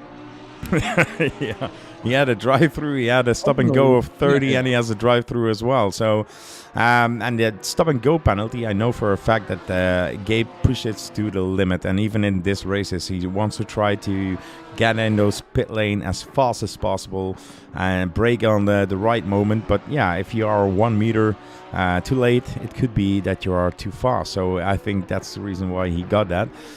He always tries to maximize everything, even if he's in P13. Yeah, and it's free practice, so to say. Even if you're in P13, you can do a few laps and enjoy yourself. Penguin, I gotta give it to him. He has been driving away from Stan from the Kula for quite a few laps now, and the gap is increasing. What's interesting to note is that the track temperature has gone up quite a bit, so that means either one of them has their tires now in the correct window. for the temperature rise. So we started at like 13 or 14 degrees, and it's now 17. So I think deserts tires are working more proper now than from the start. Our Stone's tires are overheating. We see if that's the case, if he's sliding around a little bit. Let's follow him around for a little bit. The beautiful DSRT livery. Can't wait to install the pack for myself and enjoy myself on track with that livery and show the world what we are made of. Yeah, the thing about the pack is, I asked people to do it before, as Swanimir just posted the fastest lap of the race in P13, so that's amazing to see. Hot lapping. He's hot lapping, yeah. He's just getting those extra points, but he needs to get in the P10 then. We could include that as well, to be honest. Yeah, I asked the people to install the liveries because they have now 2 liveries to choose from. This nice red one and and this gray one. So every car has red and gray. But yeah, if I go through the names, I still see some people who are road legends, or they are available for them as well. They don't have it, and a little bit disappointed by that. It's okay to be a little bit disappointed. Our community is growing, and it's harder and harder to keep track of everything and reach out to everybody. There's a point where you cannot do it in person anymore, and it adds a little bit to the element on how we are supposed to run a team and what's necessary. For example, Matt Seal there could have done with a livery, but I think he's not on the Discord as often as we are, so. Yeah, it could be that they just tuned in and thought, hey, the race into the weekend is there, and didn't have the time to do it. But it is Matt Hill, and to be honest, Mr. Penguin is a Road to Legends guy as well. He's a DSLT legend. He is trying to get the points to get the tags as well. He's a busy guy, I know. He told me in the beginning he's really busy. Mr. Van der Koelen. Mr. Van der Koelen just got a drive-through here, so he has 3 laps to do that, but it's a race over, I guess. Because Mr. Penguin now finished the race. Wow. Mr. Van der Koelen comes over start-finish. After that, he got the drive-through. 30 seconds. That's 30 seconds on the timer. Nina Burek is 20 seconds behind. That means he drops to a minimum of P4, I guess. Nina Burek, good race from him, by the way. P3, yeah. No mistakes, no errors. And he is 20 seconds behind the leader. 20 seconds behind Stan, so I think he takes that second spot. Enrico Paris here in P4, well done. Tom Carroll ended up in P5, didn't have the pace to progress further forward. It's Tyson Horn there in number 6. Tigers 2 there, P7, well done. Great fights. Ruben Solly, mediocre racing tonight. Had the drive-through and he just didn't have the correct setup for the car to work like he wanted to. Now goes over the finish line. As we see Bradley Burgett, Eddie Kaliski, Fernando Pereira, Metsil and Svanimir Burek already finished. So well done to everybody. We started with a bigger grid of 20 people, so 7 dropouts. Going into next year's ranking, so if we score points, I think we should use the people that are still in the server at the end of the race. I think that's more fair. If you leave, you don't score any points. Yeah, but I think if you start with, for example, you start with 20 people and 10 bail out, you get 20 points for the race win, and all the rest that didn't finish don't get points because you started with 20. Or not?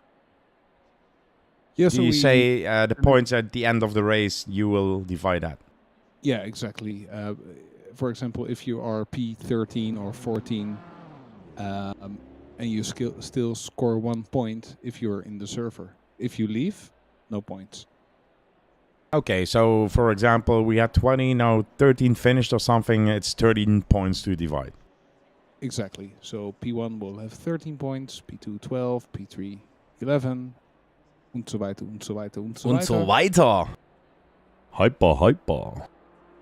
Yeah, that's that's really good. Dutch stick in the chat. Whoa, that didn't go well. Well, it was a You eventful think? race for you. It was really eventful.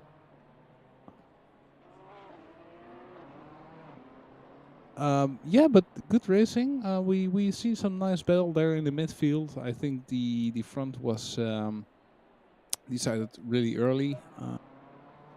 We will now go. Into Somebody making free commercial? practice. Probably not. They always forget. Hey guys, join us on Discord.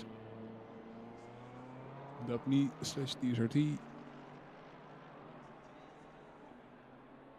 Race is live streamed on Twitch TV/DSRT _official. That's a mistake there. Well done. And I see a few people that dropped out now getting back in with a new car. I think Gabriel Nipte is now like, okay, we're not gonna we're not gonna do more laps now. Now I'm gonna get serious. I'm gonna take out Oh, the Bentley. the ultimate weapon, my lovely Bentley. Oh god, I love this car so much. Seriously, if I can get the bitcoins out of my account, I would buy this type of car. Definitely, I would buy a Bentley. I cannot imagine how many bitcoins you have, mate. But I'm not gonna make any comments on that, but there are a few. ladies and gentlemen, we have like a rich person in here.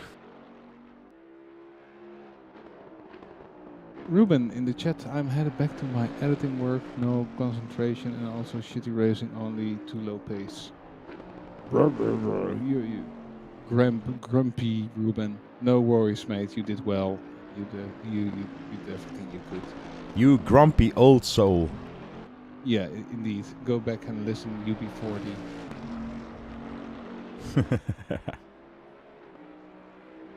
Well, glad you joined. He will be racing on Sunday in the PLR 12 Hours of Suzuka for charity. Let me get the details. We will be doing a charity race with the PLR community. The event is called Sunrise at Suzuka. We will be trying to get in some money or Hilarious for the Saint Michel's Hospice. That's quite a good cause, and we decided to team up, and we currently have 2 teams in there, 3 teams. We had a last minute join as well. So we have 3 teams. The event will not be streamed, but I will try to get a POV from my car's perspective, because I will be driving on Sunday as well, together with Ruben, Koala, and Knoopje, one of our admins.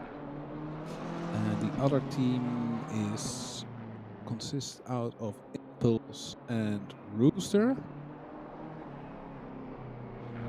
If I recall correctly, yes, I am. I'm looking things up as we go, so sorry if it sounds like I'm struggling, but I actually am. And the other team is Thijs van der Horn, who is currently on track as well, and Svanimir Burek. So Juan is in there as well.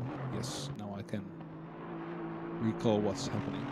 So that means we have 3 really nice teams. One team that's doing it with 2. That's 6 hours per person of driving. I think that's really bold for 12 hours. But yeah, good to see us getting the tracks out there for a good cause.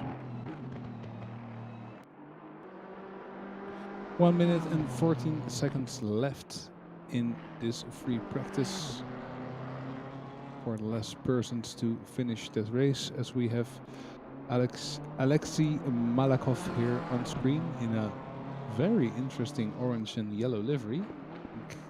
Looks like a campfire. I see shortcuts a little bit.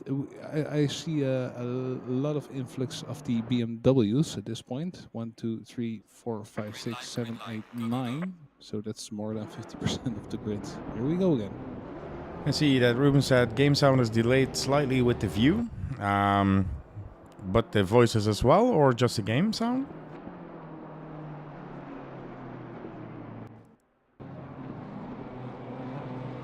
Because yeah, I think there's something wrong with my PC, to be honest. But I will fix that in the for the new year. Let's say that. Have you tried turning it on and off? Throw it out the window, or have you tried kicking it? Exactly. Cool in chat. Ruben is struggling with the brake. Is struggling with the brake? Then don't brake.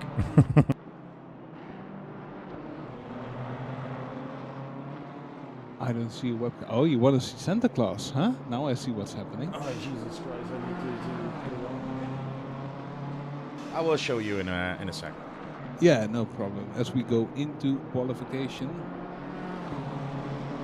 with, let's see, Enrico now back in the Honda. We have Swanemir, Nino, Pereira on the BMW. That's some hard racing there for an outlap. Come on, guys, keep it clean. Not necessary. Eric Mioch joined as well in the BMW. He is loving this car. He, I think it should say BMW Eric Mioch M4. Matt Sill now in the McLaren, which is nice. Gabriel, we already said, in the car number 7. Gabriel Nipte in the Bentley. So I'm excited to see the cars. Hello, Santa. Now,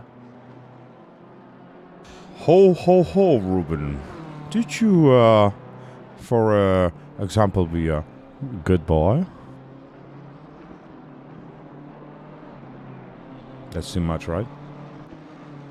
so now, Ruben, you gotta tell Santa if the sound is in sync. I can't see your head. Oh my god. I think...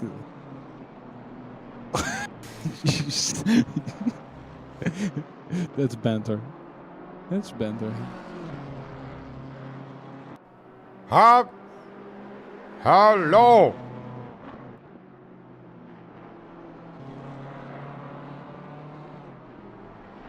This is Google.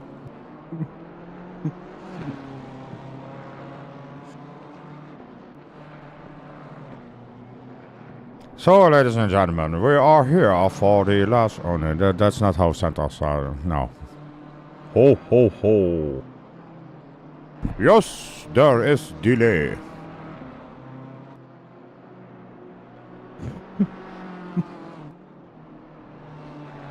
Yes, there's delay. Well, we gotta cope with it. Indeed. We'll finish the last race into the weekend with a little delay. I think your computer did a lot of work this year as well, so no problem. This is better. I just shaved. That's quick. That's a quick shave.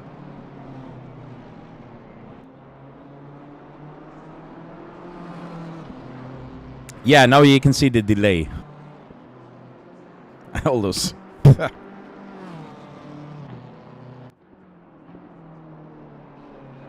Yeah, but Boris Schmidt there in the number 5 with his first time, a 1:45.9. I think there's more because the track is now in optimum condition. With a 23 degrees track, we are progressing. It's 11 after morning. That means the track is nice and rubbered in getting a little bit hotter as we are racing on it. So that's Gabriel into there. Like I said, it's not gonna make any jokes anymore. A 145.4 and Joe Mama, not in the Audi anymore. Now switch to the BMW to make an impression on the DSRT driver in number 1. Let's win there in a 145.3. So that's 1.5 tenths between 1 and 2, and 1.5 tenths between 2 and 3. I think we will see a good race now. I think the gaps are getting a little bit tinier on the qualification, but I will be interesting to see how this turns out in the race with the conditions now being optimum. And I don't need a website, but you can visit our sponsor, rgbsolutions.nl, and ask for SRT discounts. You can have your very own website like borisschmidt.com or yomama.com, and RGB Solutions will be happy to help you to find the perfect website for your purpose. It's a racing website or any other business you would like to have on the internet or host it. It all can be done by our very own sponsor, RGB Solutions. Wow, we're going to talk about sponsors now for like 4 minutes? No problem. It's just when a sudden of messages came into the chat, then the bot will say, okay, we will post some links of our sponsors, and I think they deserve it as well. In the meantime, Mr. Van der Koelen put in the first provisional pole, but Penguin just improved his lap here. We're going to 144.927 and takes provisional pole back. Yeah, that's a lap. We're now on the sub 145s. That's really, really good. Like I said, it's optimum, so I think they will need to adjust the tire pressure coming out of race 1 and 2. Oh, as my Windows is now shouting at me. Oh, okay. Everything is good? Still hear me? Is it the Windows or is it the windows from your house outside, you know? No, it's the Windows. Okay. Obviously. Of course. It's Windows Defender shouting at me. Oh, that was strange. The chat just jumped to 22 viewers and now back to 15. And my stream deck is saying 17, so everything has a delay. Yeah, everything is delayed. We are delayed as well. Cracker, can I do a request for the next race in weekend 2?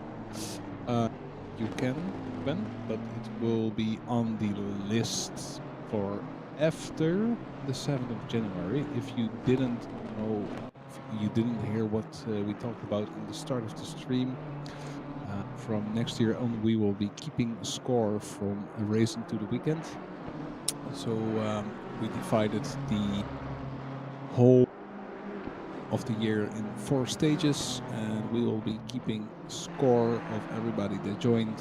And, so we will do the first race on a certain track, and after that we will do the regular Fridays with different tracks. So it's what's this?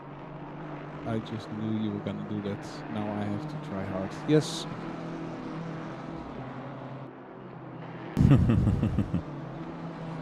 In the meantime, there's a battle going on here on track. Penguin has a provisional pole, but Mr. Schmidt here is really fast on the way. He has somebody in front of him, and that's gonna cost him some time, I'm afraid of. He's half a second quicker. That means at this point he would have the pole position. Last job here. Maybe the slipstream can help him. No, he's losing some time now. Can he make it? I don't know, because my timing screen is a little bit off, and it's Schmidt over the start-finish line in a 1:44.7. Just 1/10 of a second And I think, to be honest, it was the BMW in front of him that, cost him some time. Did it compromise him or did it help him? I don't know. No, it compromised it. He was half a second quicker on his time. That meant that he won it by 0.3 of a second. He would be a tenth quicker than Penguin.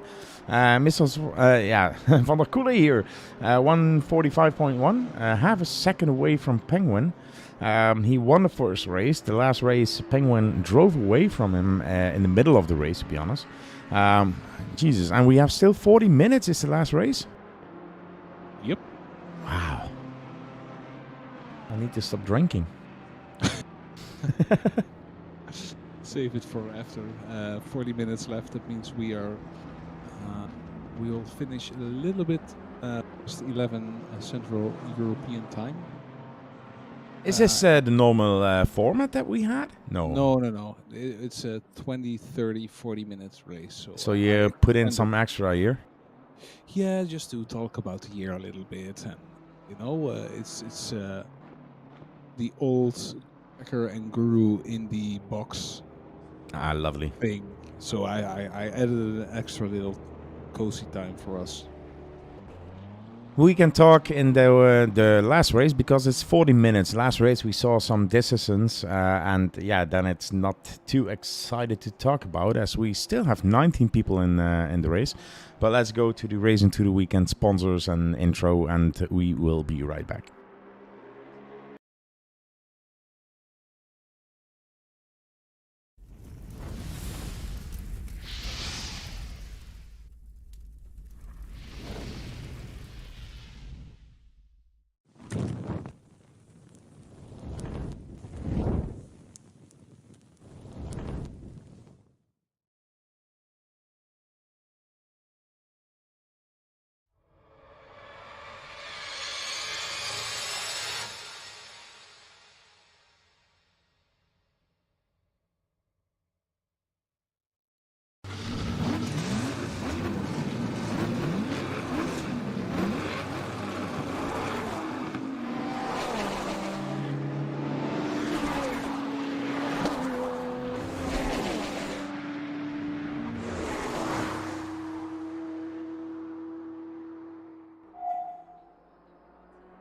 And we are back. We still have a few minutes, maybe a minute, 2 minutes, I guess, before the race starts. 18 people in competition then. As Ruben and Cracker still have a little bit of a chat there in the Twitch stream. Let me see. Multistream. Only... oh my god. Ik kan horen dat je in de vodka zit. Okay. No, it was like 2 glasses in. So, that was family. Cannot help that. Penguin then in P1. Mr. Schmid in P2. Mr. Burek took P3. So, Stan van der Koele. I always want to say Sven. I don't know why. Stan van der Koele then in P4. Mr. Nit in P5. Joe Mama. In P6. Nino Burek P7. And Rico Paris in P8. And I need to press drive.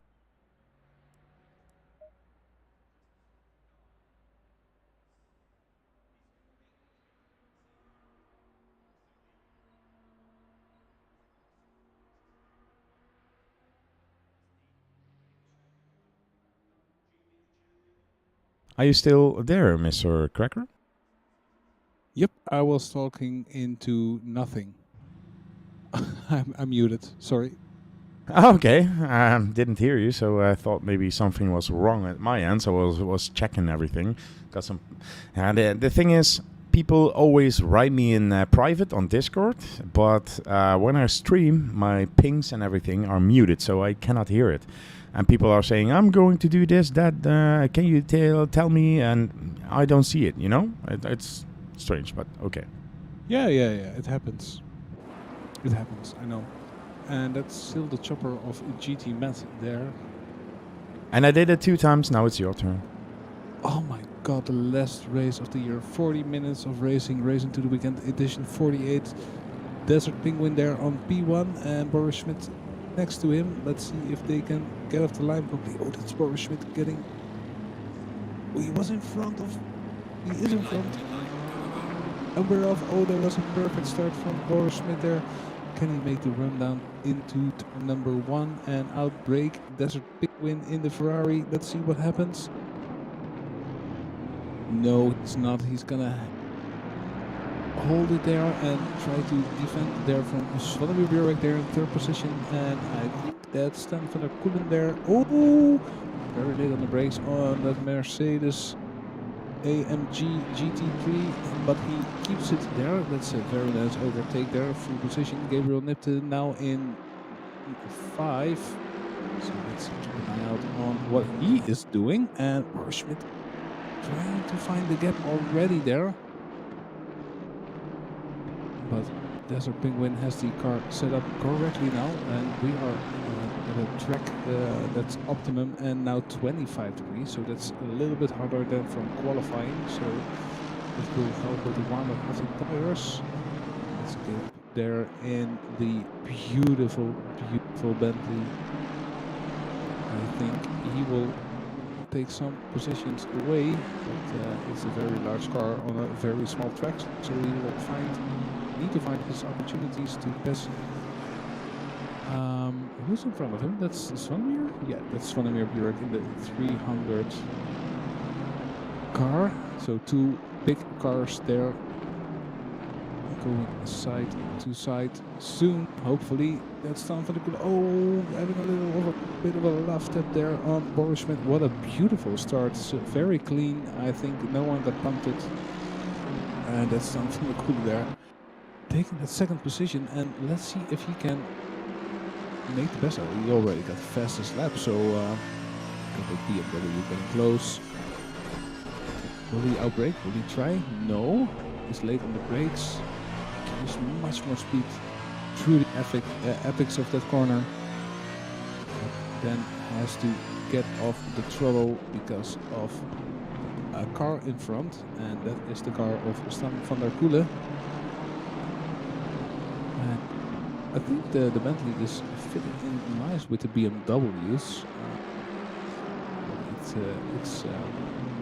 It's on the same pace. I think it's quite a similar car in terms of weight and power output and the way it's built.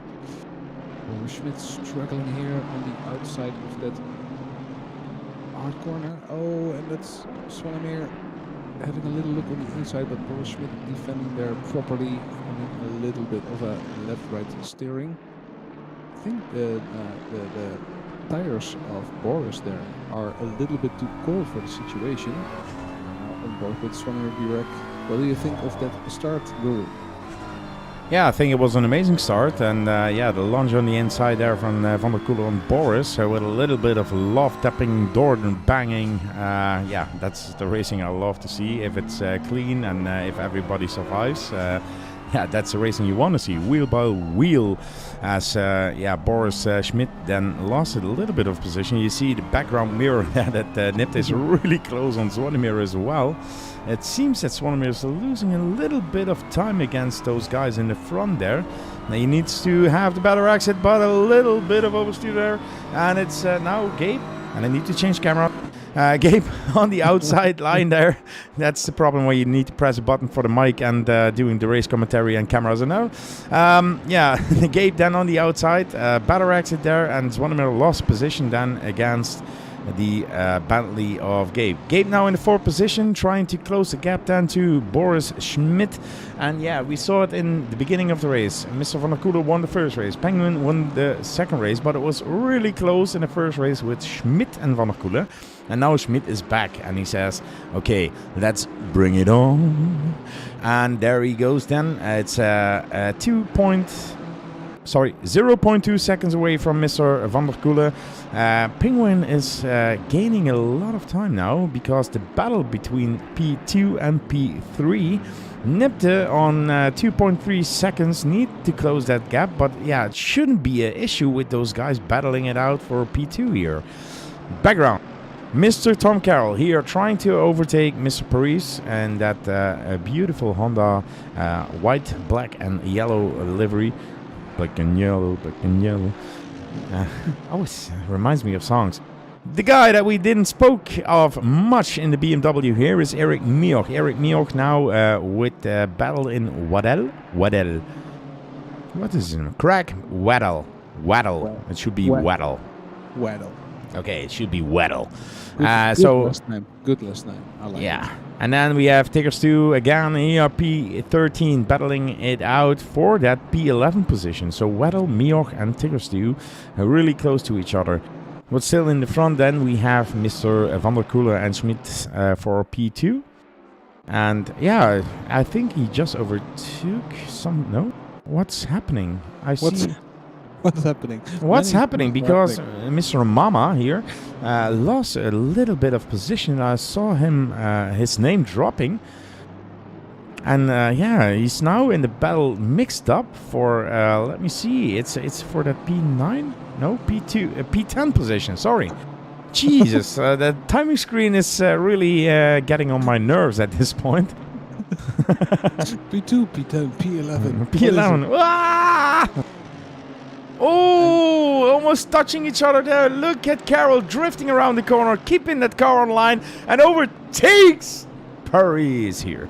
A really nice move.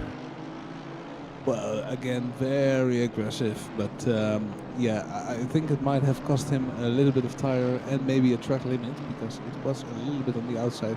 Let's see if Paris can fight back as Boris Schmidt again stuck behind a DSRT driver like in race 1. Can he find the perfect opportunity to make the overtake? Oh, very late on the brakes, almost taking out Stan van der Koelen there, and they are switching left, right and center. I think they will need to work together. Oh, and a little touch, but they both saved it. Ooh, that was really, really close. Schmidt there getting off the power, giving back the position for sure. That's good sportsmanship. That's how we like to see it. So they are both now running wide to get the maximum traction out of that last corner onto the straight. I think they need to work together, is what I wanted to say, to get Penguin back. A little bit farther back there is Svanemir Burek there in 4th position, now 1 second behind Schmidt. Within his mirror, that's Gabriel Nipte. So this is a very nice battle because I think these two are, for me personally, very valuable drivers for DSRT, and they both have really high standards. It's not for nothing that they are like in the highest tier we have at this point. It's DSRT Black, and yeah, interesting to see how they will battle it out. I hope if Svanemir makes a mistake, he doesn't park it on the racing line. That's my only hope. Nino Burek then a little bit farther back from this battle, showing good performance the last few races into the weekends. It's supposed to be a DSRT great driver, but if he can keep up this momentum, I think his pace is good. He's showing himself in races and endurances and events and leagues. I think he... That's commentator's curse. Sorry, I didn't say nothing. That's Tom Carroll there hitting Nino Burek. They are getting really, really close. So again here taking a look outside. Can he switch it back and have a better exit than the BMW? No. Oh, that's well saved, but he lost 2 positions with that early on the throttle moment. Great save. Well, that puts Tom Carroll there in 6th position. So let's see if he can catch up. Schmidt still there behind Stan van der Koelen in that AMG. I think we're gonna see Stan van der Koelen in the AMG more often. Oh, he's blinky, blinky, blinky. Hello, Boris. Hope you're doing fine. I'm not gonna do another round of wiper checks because Nürburgring, it was actually raining and I thought everybody was waving at me. I was driving that race, and I was like, no, man, it's raining. And it was really slippery on track, and it gave me a position, to be honest, but it was tricky as hell. It started, it was dark, you couldn't see a thing, and it started with the wipers, and it was slippery within a minute. As Schmidt, I think the blinker wasn't because he was a little bit of behind of Mr. van der Koelen. It's just to make him nervous, trying everything to get Mr. van der Koelen out of his rhythm here. As that damn sign here is still before the cameras. I think we have to cut it away for the next race here on Hungaroring. It's all about getting that best exit. Being close, compromises the aerodynamics of the car. You have to get a good exit to try to creep up, to get that overspeed and trying to lunge it or the inside or cut back on the outside. I think that Mr. Schmidt is still too far away here, and you see him. I think, to be honest, he has like the best braking balance in the car of everybody, because when I see him brake, it's like, oh no, hey, he made it. I couldn't do that. When I brake like that, I would punt him off the track probably, but this guy is really good on the brakes. He has a pace, but it seems that Mr. van der Koelen is really somebody who's a great defender, because in race 1 we saw this battle going on for 10 minutes, and it was almost a replay that we are showing you of race number 1. He's faster, but he cannot get past Mr. van der Koelen because the defensive power is so great. As he made a little bit of a mistake, tapped the brake, then Boris needs to brake, and it's like starting all over again. You see them slip and slide through the circuit here, but it's still Mr. van der Koelen who takes that top position above Mr. Smith here. Amazing to see those guys really close to each other, being fair. If somebody taps another, they will give the position back. This is close racing, and this is what it should be like. Exactly, and I think we indeed see a replay of race number 1, but this is like the extended version, because we still have 30 minutes of racing left. So that also means track limits will be more come into play towards the end, as we see the cars. They're using that little bit of AstroTurf, a little bit of yellow for a short moment. And then Schmidt here having a little look, once, 2 times, getting back to the racing line. But Stan van der Koelen very cold, and he's like, okay, I'm just gonna do my race, and you whatever you like behind me, but I'm not gonna move off my line, and I'm just gonna do what I'm doing. And that's a very good battle to see. I think it will continue for a little bit longer. Again, the flashing here on the straight is like for the 3rd time in a row, doesn't make an impression on Stan, who is driving this Mercedes magnificently. I'm curious if he's like on just a regular aggressive setup, or did he have something prepared for this? Again, coming a little bit loose there off the curb, but no problem. This is the part of the track where you can defend easily, because there's simply no way you can overtake here without causing big carnage. Let's see what else is going on the track. We have Nino Burek and Mansham there, having a little bit of a close battle. Tom Carroll currently in 6th position, also in the Merc, but not really making an impression on Gabriel Nipte, just following him. This was a battle, here. sorry. yeah, no problem, mate. I know you're doing your utmost best to show everything as best as we can. Enrico Ruiz being a little bit in front there, so not coming into play, but interesting to see how Nino will defend from Niels. They are both in the BMW, so it's like equal car. And here Niels Mountain having a little look, but not going for the lunge. It's very good. Brake early, get into trouble as early as possible, and try to have a good run towards turn number 3 and 4 here, but not having that, and keeping it in the inside line very properly and not leaving the door open. So yeah, they are in equal class. So it comes down to the racer's experience and also their knowledge of how to set up a car.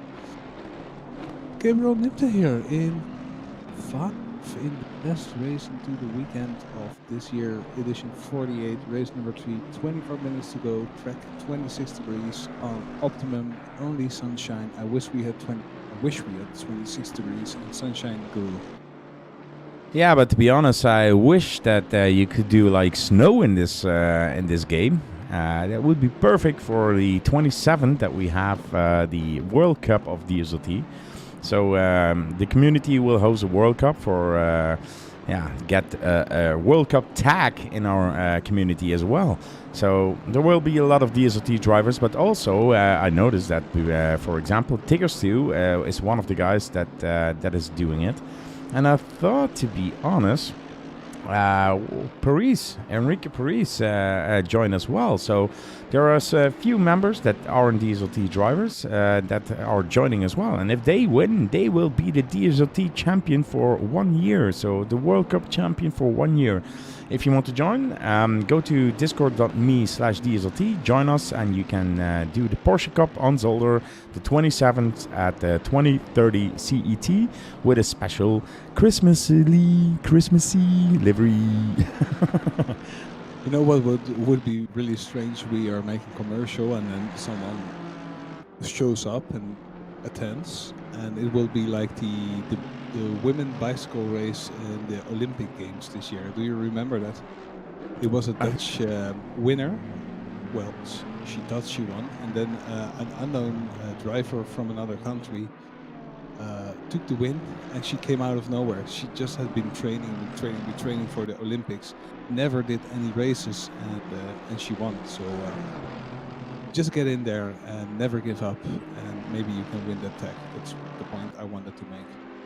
Yeah, I think so as well. But maybe I can start up in the background my Discord. Let us see who is there.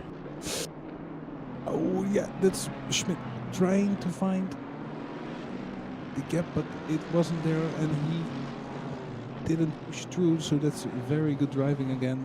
Let's see how he progresses out of this exit. But Stan has that car set up correctly, keeps the door shut there.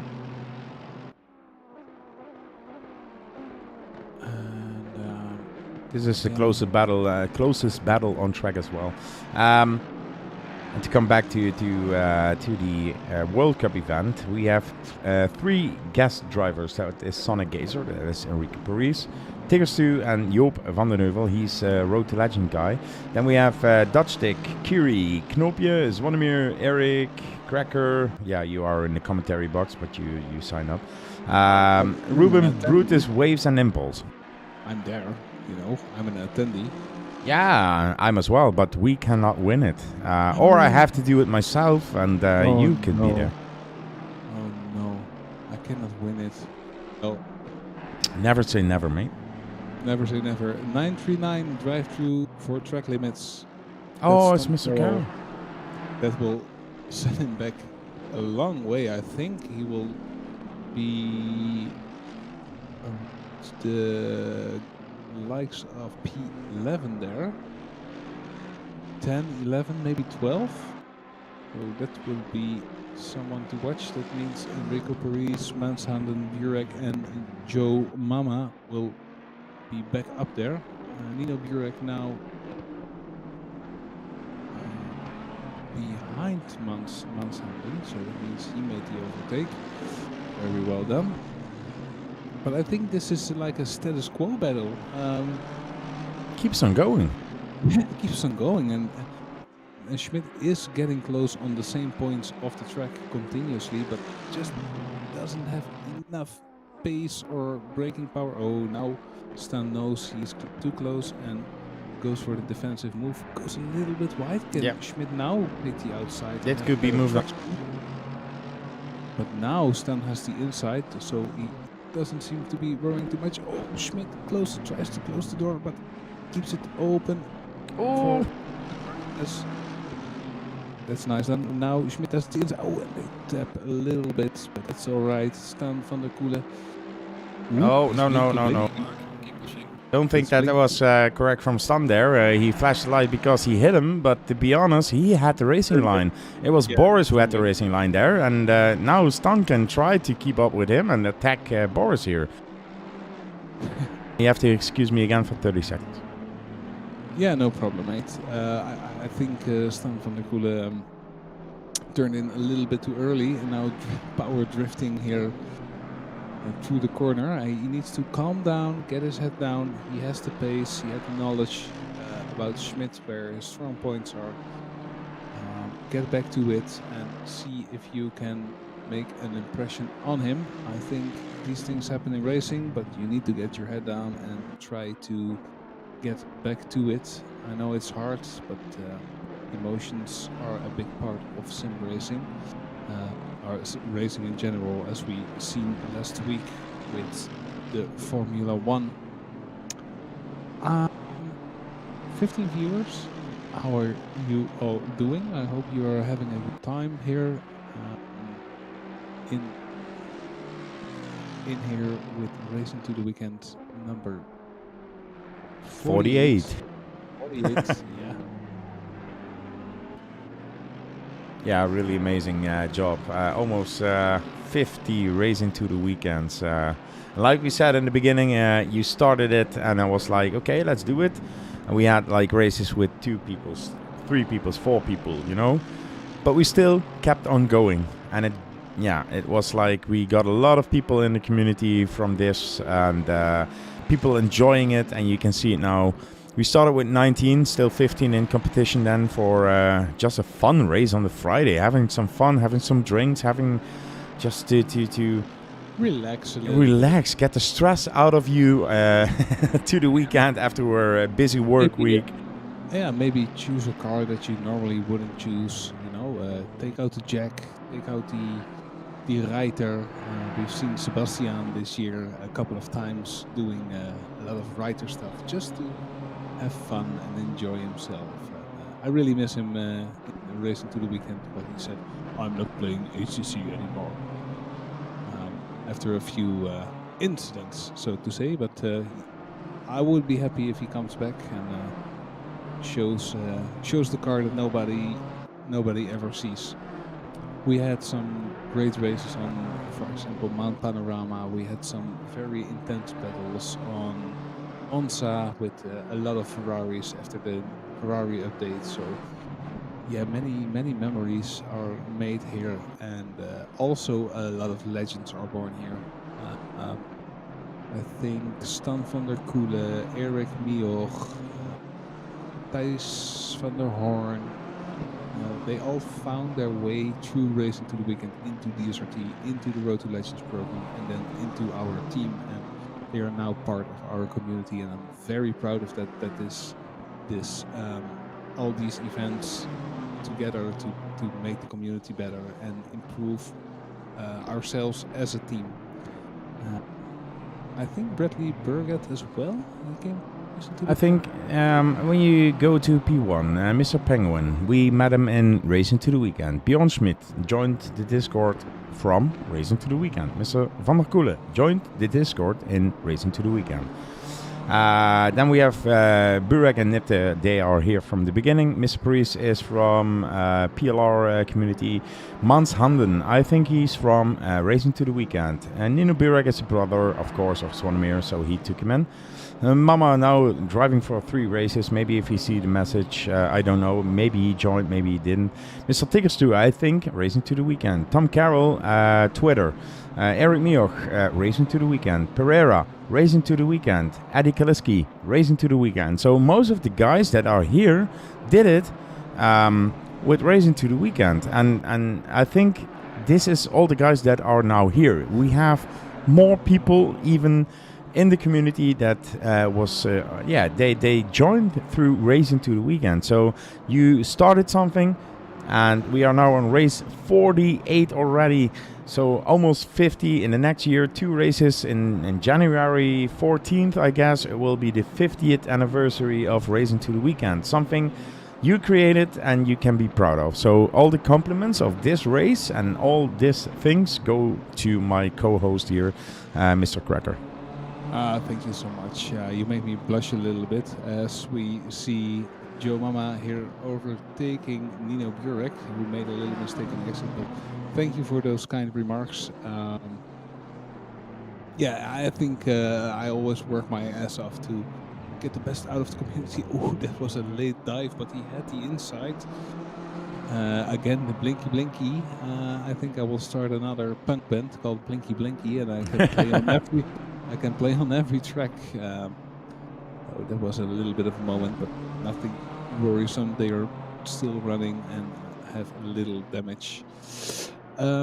Race into the Weekend 50 will be the 14th of January. That's what I said.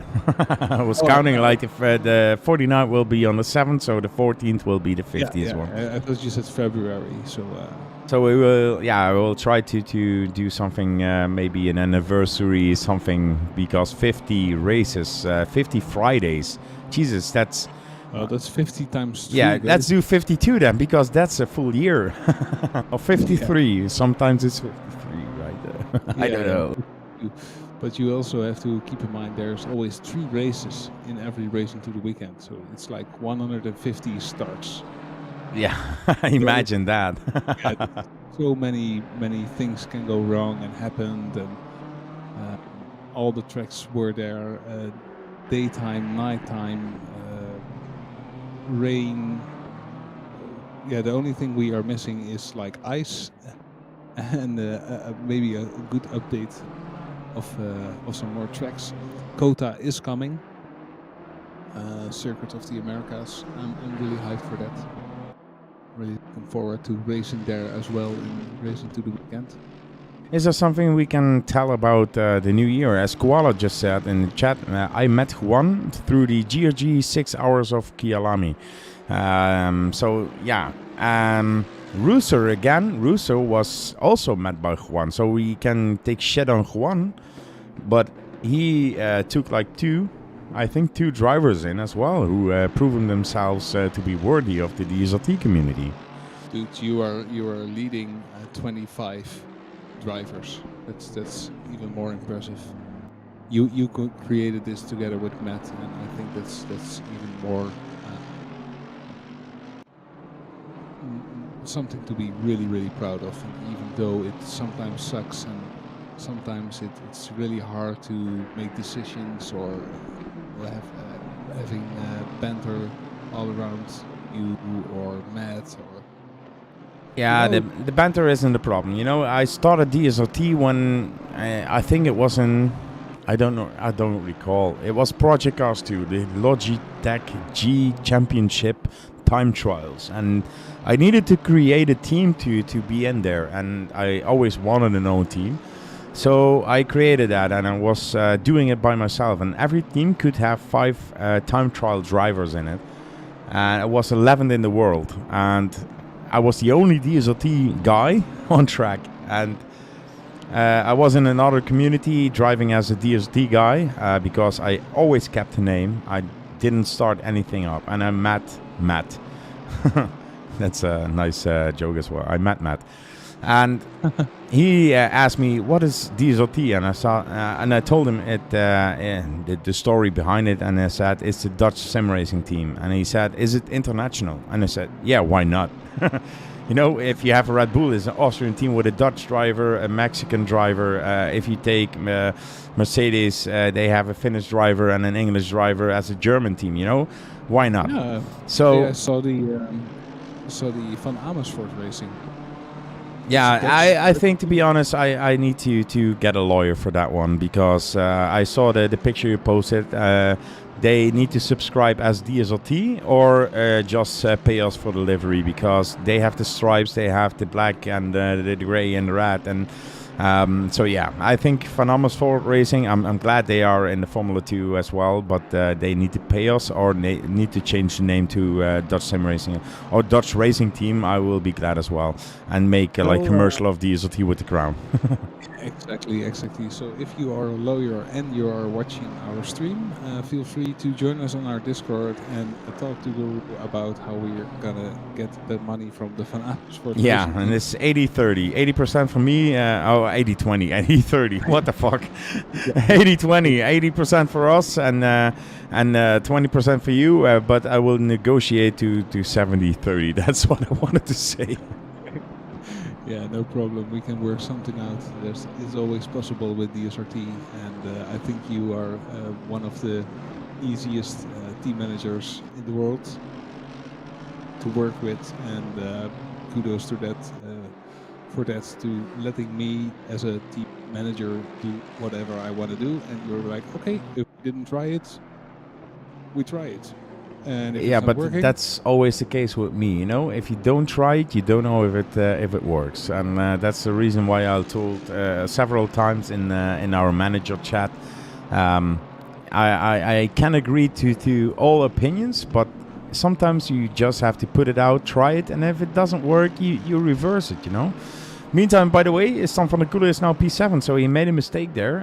He lost some positions. It's Wannemer Burek now in P3, Gabriel Nipte in P4, Ulrike Paris in P5, and Manshanden, sorry, Bull, in P6. Manshanden. Is it Dutch? Because normally you see a flag, but like Penguin is Dutch. Yeah. Schmidtke is From Brutus country. Yeah. Czech Republic, Croatia. Then you have Burek. Then you have Nipte. Paris, we don't know. He's from Italy. Yeah, but where's the flag? Manshanden. I think Van der it's. Koelen. I think it's something from Norwegian or Finnish or Denmark. You know. Yeah, it could be. It sounds IKEA. We have I'm to write a message, because this is the second time he joined, and it's not a coincidence. He must be in the DSLT chat, so I want to know where he's from. He's a rookie and P6. He's not even that bad. Yeah, he's not an amateur. He's up there with the quicker guys. So I think it's a matter of rating. So yeah, we'll try to investigate on Niels Manshanden. If it's Dutch, I think it's a very manly name, because it's really, if you translate it to English, it says guy's hands or man's hands. Manshanden. I just wrote, who is Manshanden? I want to know. Maybe he reacts to it. And the second part is, you know, I'm like a scout as well for DSLT in this event. Yeah, you always say, I want to have that driver. I want to have him. Yeah, that's because we have Racing to the Weekend, not only to make a fun event out of it and have some fun on stream and drivers to give something to relax into the weekend. It's always for me to see who's doing great. And like Penguin, I wanted him as well. And the thing is, we have a Road to Legends program, so you can apply for it. You can have the DSLT liveries if we invite you, or you apply for it and we agree on it. You have to do some races, because when you start at DSLT, you become a non-DSLT driver. You are nothing, to be honest. You're just a guy that's joined the community. But if you race with us and you do a great race or are a fair driver, you will get approved. And from approved drivers, you can get to the program Road to Legends. And the Road to Legends program is, for example, Penguin. Who else do we have here? Who else? No, all the rest are drivers, right? Yeah, and the 31 car is parked on the side of the road. That's Weddle. Oh, Weddle. technical issues, I guess. I don't know, maybe something wrong, out of fuel, I don't know. But it's 5 minutes left, and then there's already 40 minutes has gone by. always when I sit with you, Time flies. I can Time do it is fun 24 when you're hours. having flies. Yeah, indeed. Gabriel nipped now on the back again of Swanimir Burek. Oh, there's a little lunge on the inside, but Swanimir gives him the room. He knows he has the inside on the next corner, so that's very smart thinking there. I think Swanimir really improved on his track knowledge and the way he defenses and attacks on track this year. That's why he also got promoted to the black team. And let's see if I think Gabriel really wants to pass him with 4 minutes, almost 5 minutes left. Let's see if he can do that. Yeah, this is the car of Gabe, right? The Bentley. This is one of his favorite cars, to be honest. Yeah, indeed it is. So let's see if he can get a little bit closer. Gabe always very good on the brakes. You see, he got a little time out of that. He's way closer now. I'm interested, by the way, to hear what happened to Stan. I think he didn't keep his head cool enough to attack Boris Schmidt, or maybe they touched. I don't know if there's something on your... Yeah, there's something with an incident between those two. 5 and... Could we have like a replay? Yeah, we should do it. It's a few minutes left. I want to know what happened. Oh, this is Why? Gabriel Nipte. You first need to switch. Yeah, sorry, I was looking at it. So that's Boris Schmidt on the outside and Stan van Poelen on the inside. Again, having a battle. Stan having a little look and... I don't know. It was no one's mistake. No, that was the first overtake that was part of it, but it was the only incident. I think that Stan just lost the car somewhere. Yeah, I think but because he started to drive really aggressive after that overtake, being a little bit emotional about the way the overtake went, that's all right. But like I said, you need to get your head down and get back to it. But yeah, he lost quite a few positions. Now has the fastest lap in hand, so he is hot lapping, and he probably knows there's nothing else he can do. Swanimir having a little bit of oversteer there on the exit. We've seen the BMW doing that quite a lot tonight. So let's see if this the one and only Dutch stick can do something. As we see Tigers do here, and the beautiful... That's Tom Carroll being overtaken by Tigers too. Do I see what I see? Remember, Tom Carroll. Back to the track with Tom Carroll that he didn't do because he's a busy guy. But he lost position there. I think maybe a mistake as he fights back his position against Tigers 2 here. Need to have a helicam here, but hey, he backs out. What the hell is going on with Mr. Carroll? Tom, that taught him well. Please tell us, what is wrong with our own Mr. 24-hour champion of Spa here? Because he backs out of a battle. He's really, I think he has massive respect for Tigers 2. I think everybody should have massive respect for Tigers 2. I have. I have as well. You know what the funny part is? He just wrote me today and asked for the livery. You know, you saw the chat, and I told him the DSLT liveries are for DSLT drivers only. Yes, no. I want to drive the Ducks livery. The Ducks we created one time as a meme, was sponsored by DSLT, and I said, "Yeah, mate, you can drive that livery." And he was like battling that Porsche. It was his favorite car, and now it's the BMW. But he was battling with that, and yeah, he said, "Now I'm gonna drive the BMW." You know, but the guy, like I said before, he improved so much, and now battling with our DST black driver Tom Carroll is for me like, wow, what the hell? As Mr. Carroll got an extra off track and just got a drive through, so Mr. Stu, you can let him go. Just keep in 30 seconds of him, and you will get his position as well. So no problem at all there.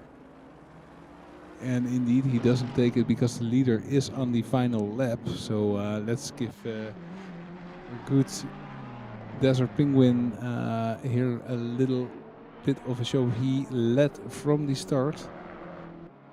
So congratulations to him for having such a clean drive. He struggled a little bit on race number 1, but as the track improved, Desert Penguin also improved. I think it's in the nickname. Yeah, Mr. Penguin is in the social room, so he joined the guys again. So that was really nice. He's muted, but he's concentrating on the race. That's always good to see. Yeah, it's an amazing driver. And to be honest, he was not impressed with anything. He was like the first time he came in, like, yeah, really. How do you say it in a proper way? A cool kid. Yeah, cool kid. Cool guy. Yeah.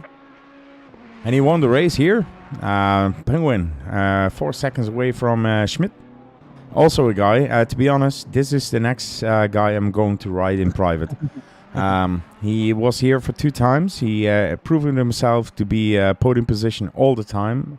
And drivers that are that quick, I want to know those guys. So I want to have a talk with him as well. Mr. Nitterdam in P3 is Zvonimir Burek, following closely in P4. Enrique Paris, one of the nicest guys I met. He was a Road to Legends, but he wants to be more like a privateer. He is in P5. Mans Handen, we're going to know who this guy is because an amazing job from him as well. Mr. Van der Koelen did an amazing job in 2 races. Now he lost it a little bit. Then we have Mr. Mama in P8, Nino Burek P9, Mr. Stu then in P10, Tom Carroll P11, but he will drop, I think. Pereira in 12 and Eddie Kaliski in P13. And that concludes race 3 of Racing to the Weekend 48. Yeah, and this also concludes this year's Racing to the Weekends. Absolutely. Pretty good. Yeah. Can you do copy paste here? No. Damn! Impossible.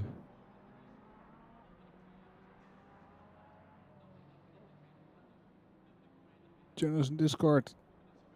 Now. Before everybody leaves, we need to make some commercial.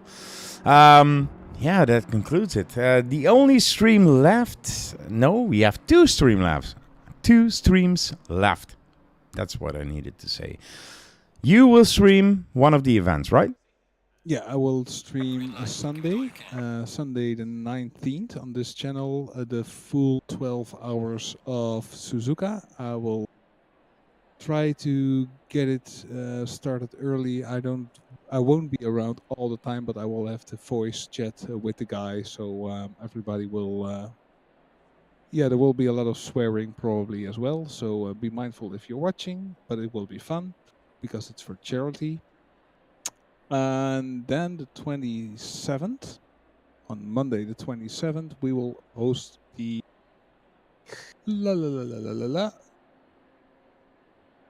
the DSRT RGB Holy Sim Xmas World Cup. Make sure you join the Discord for all the details on that race, and then it will be New Year's Eve. Then we will go into 2022, and the server here is getting really depopulated, and we see Eddie Kaliski here as the last guy on track in his Aston Martin. So next year, Racing to the Weekend will have a little bit of an added structure of the points. We will explain everything in the chat soon, and yeah, I'm looking forward to at least another 52 to make that 100. I did a calculation. If we run every week next year, on 30th of December 2022, we will have Racing to the Weekend 100. That would be amazing to see that one. Don't know if it's possible because there is always something between, but yeah, still that we are on 48. I really have to thank you for that one. For the rest, yeah, like you said, we have like the 12 hours of Suzuka, a charity race that will be streamed for the PLR community in point of view of the team that Mr. Cracker here with me in the box is doing. I will not be there, so it will be something, Cracker does. We have Kadi Fuziani, I think. Sorry if I butchered your name. Thank you very much for the follow on Facebook, for the like. We have that one. And we have indeed the 27th of December, the World Cup. I will stream that with my buddy Cracker here. And I will quote something that he wrote. May your holiday seasons fill your home with joy, your heart with love, your life with laughter, and your car with enough fuel. I really love that one, and I think we should do something with that. That's just amazing. So yeah, from my perspective, Racing to the Weekend was a success this year, as we had some successes as well. And I really thank you for that, Cracker. I told you that in private, and I tell you this on stream. Without you, we wouldn't come this far with the community. As a racing team, not even a community that hosts racing, just fun events. We have over 300 members already. And yeah, I think most of that is thanks to your effort and getting connections and everything. So thank you very much, mate. No problem, and I always say we do it together because everybody is involved and everybody has his job. And I thank you so much for that kind remark. And we see you all on Sunday, from my perspective, and me and Guru will be there on Monday the 27th again together for the World Cup. So thank you all for watching. Thank you all for watching, and we will sign off with the official DSRT Never Give Up song, of course, as we have some Christmas things already planned here. So see you all the 27th from my, and hopefully you will join Cracker on the DSRT official stream as well to support that team in the 12 hours of the charity race from PLR. So good night, everybody, and see you next time. Bye-bye.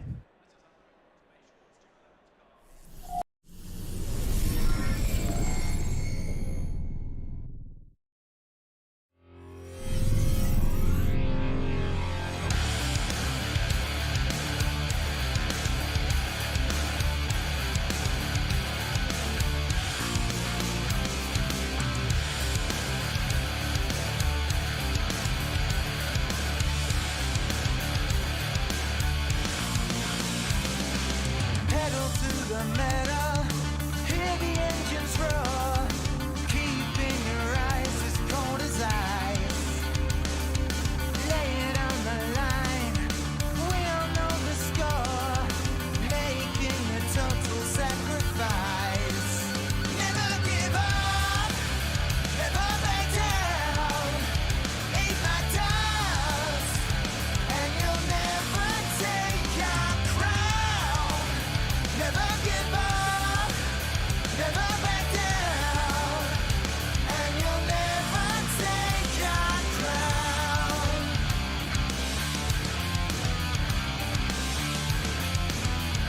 And you'll never take our crown.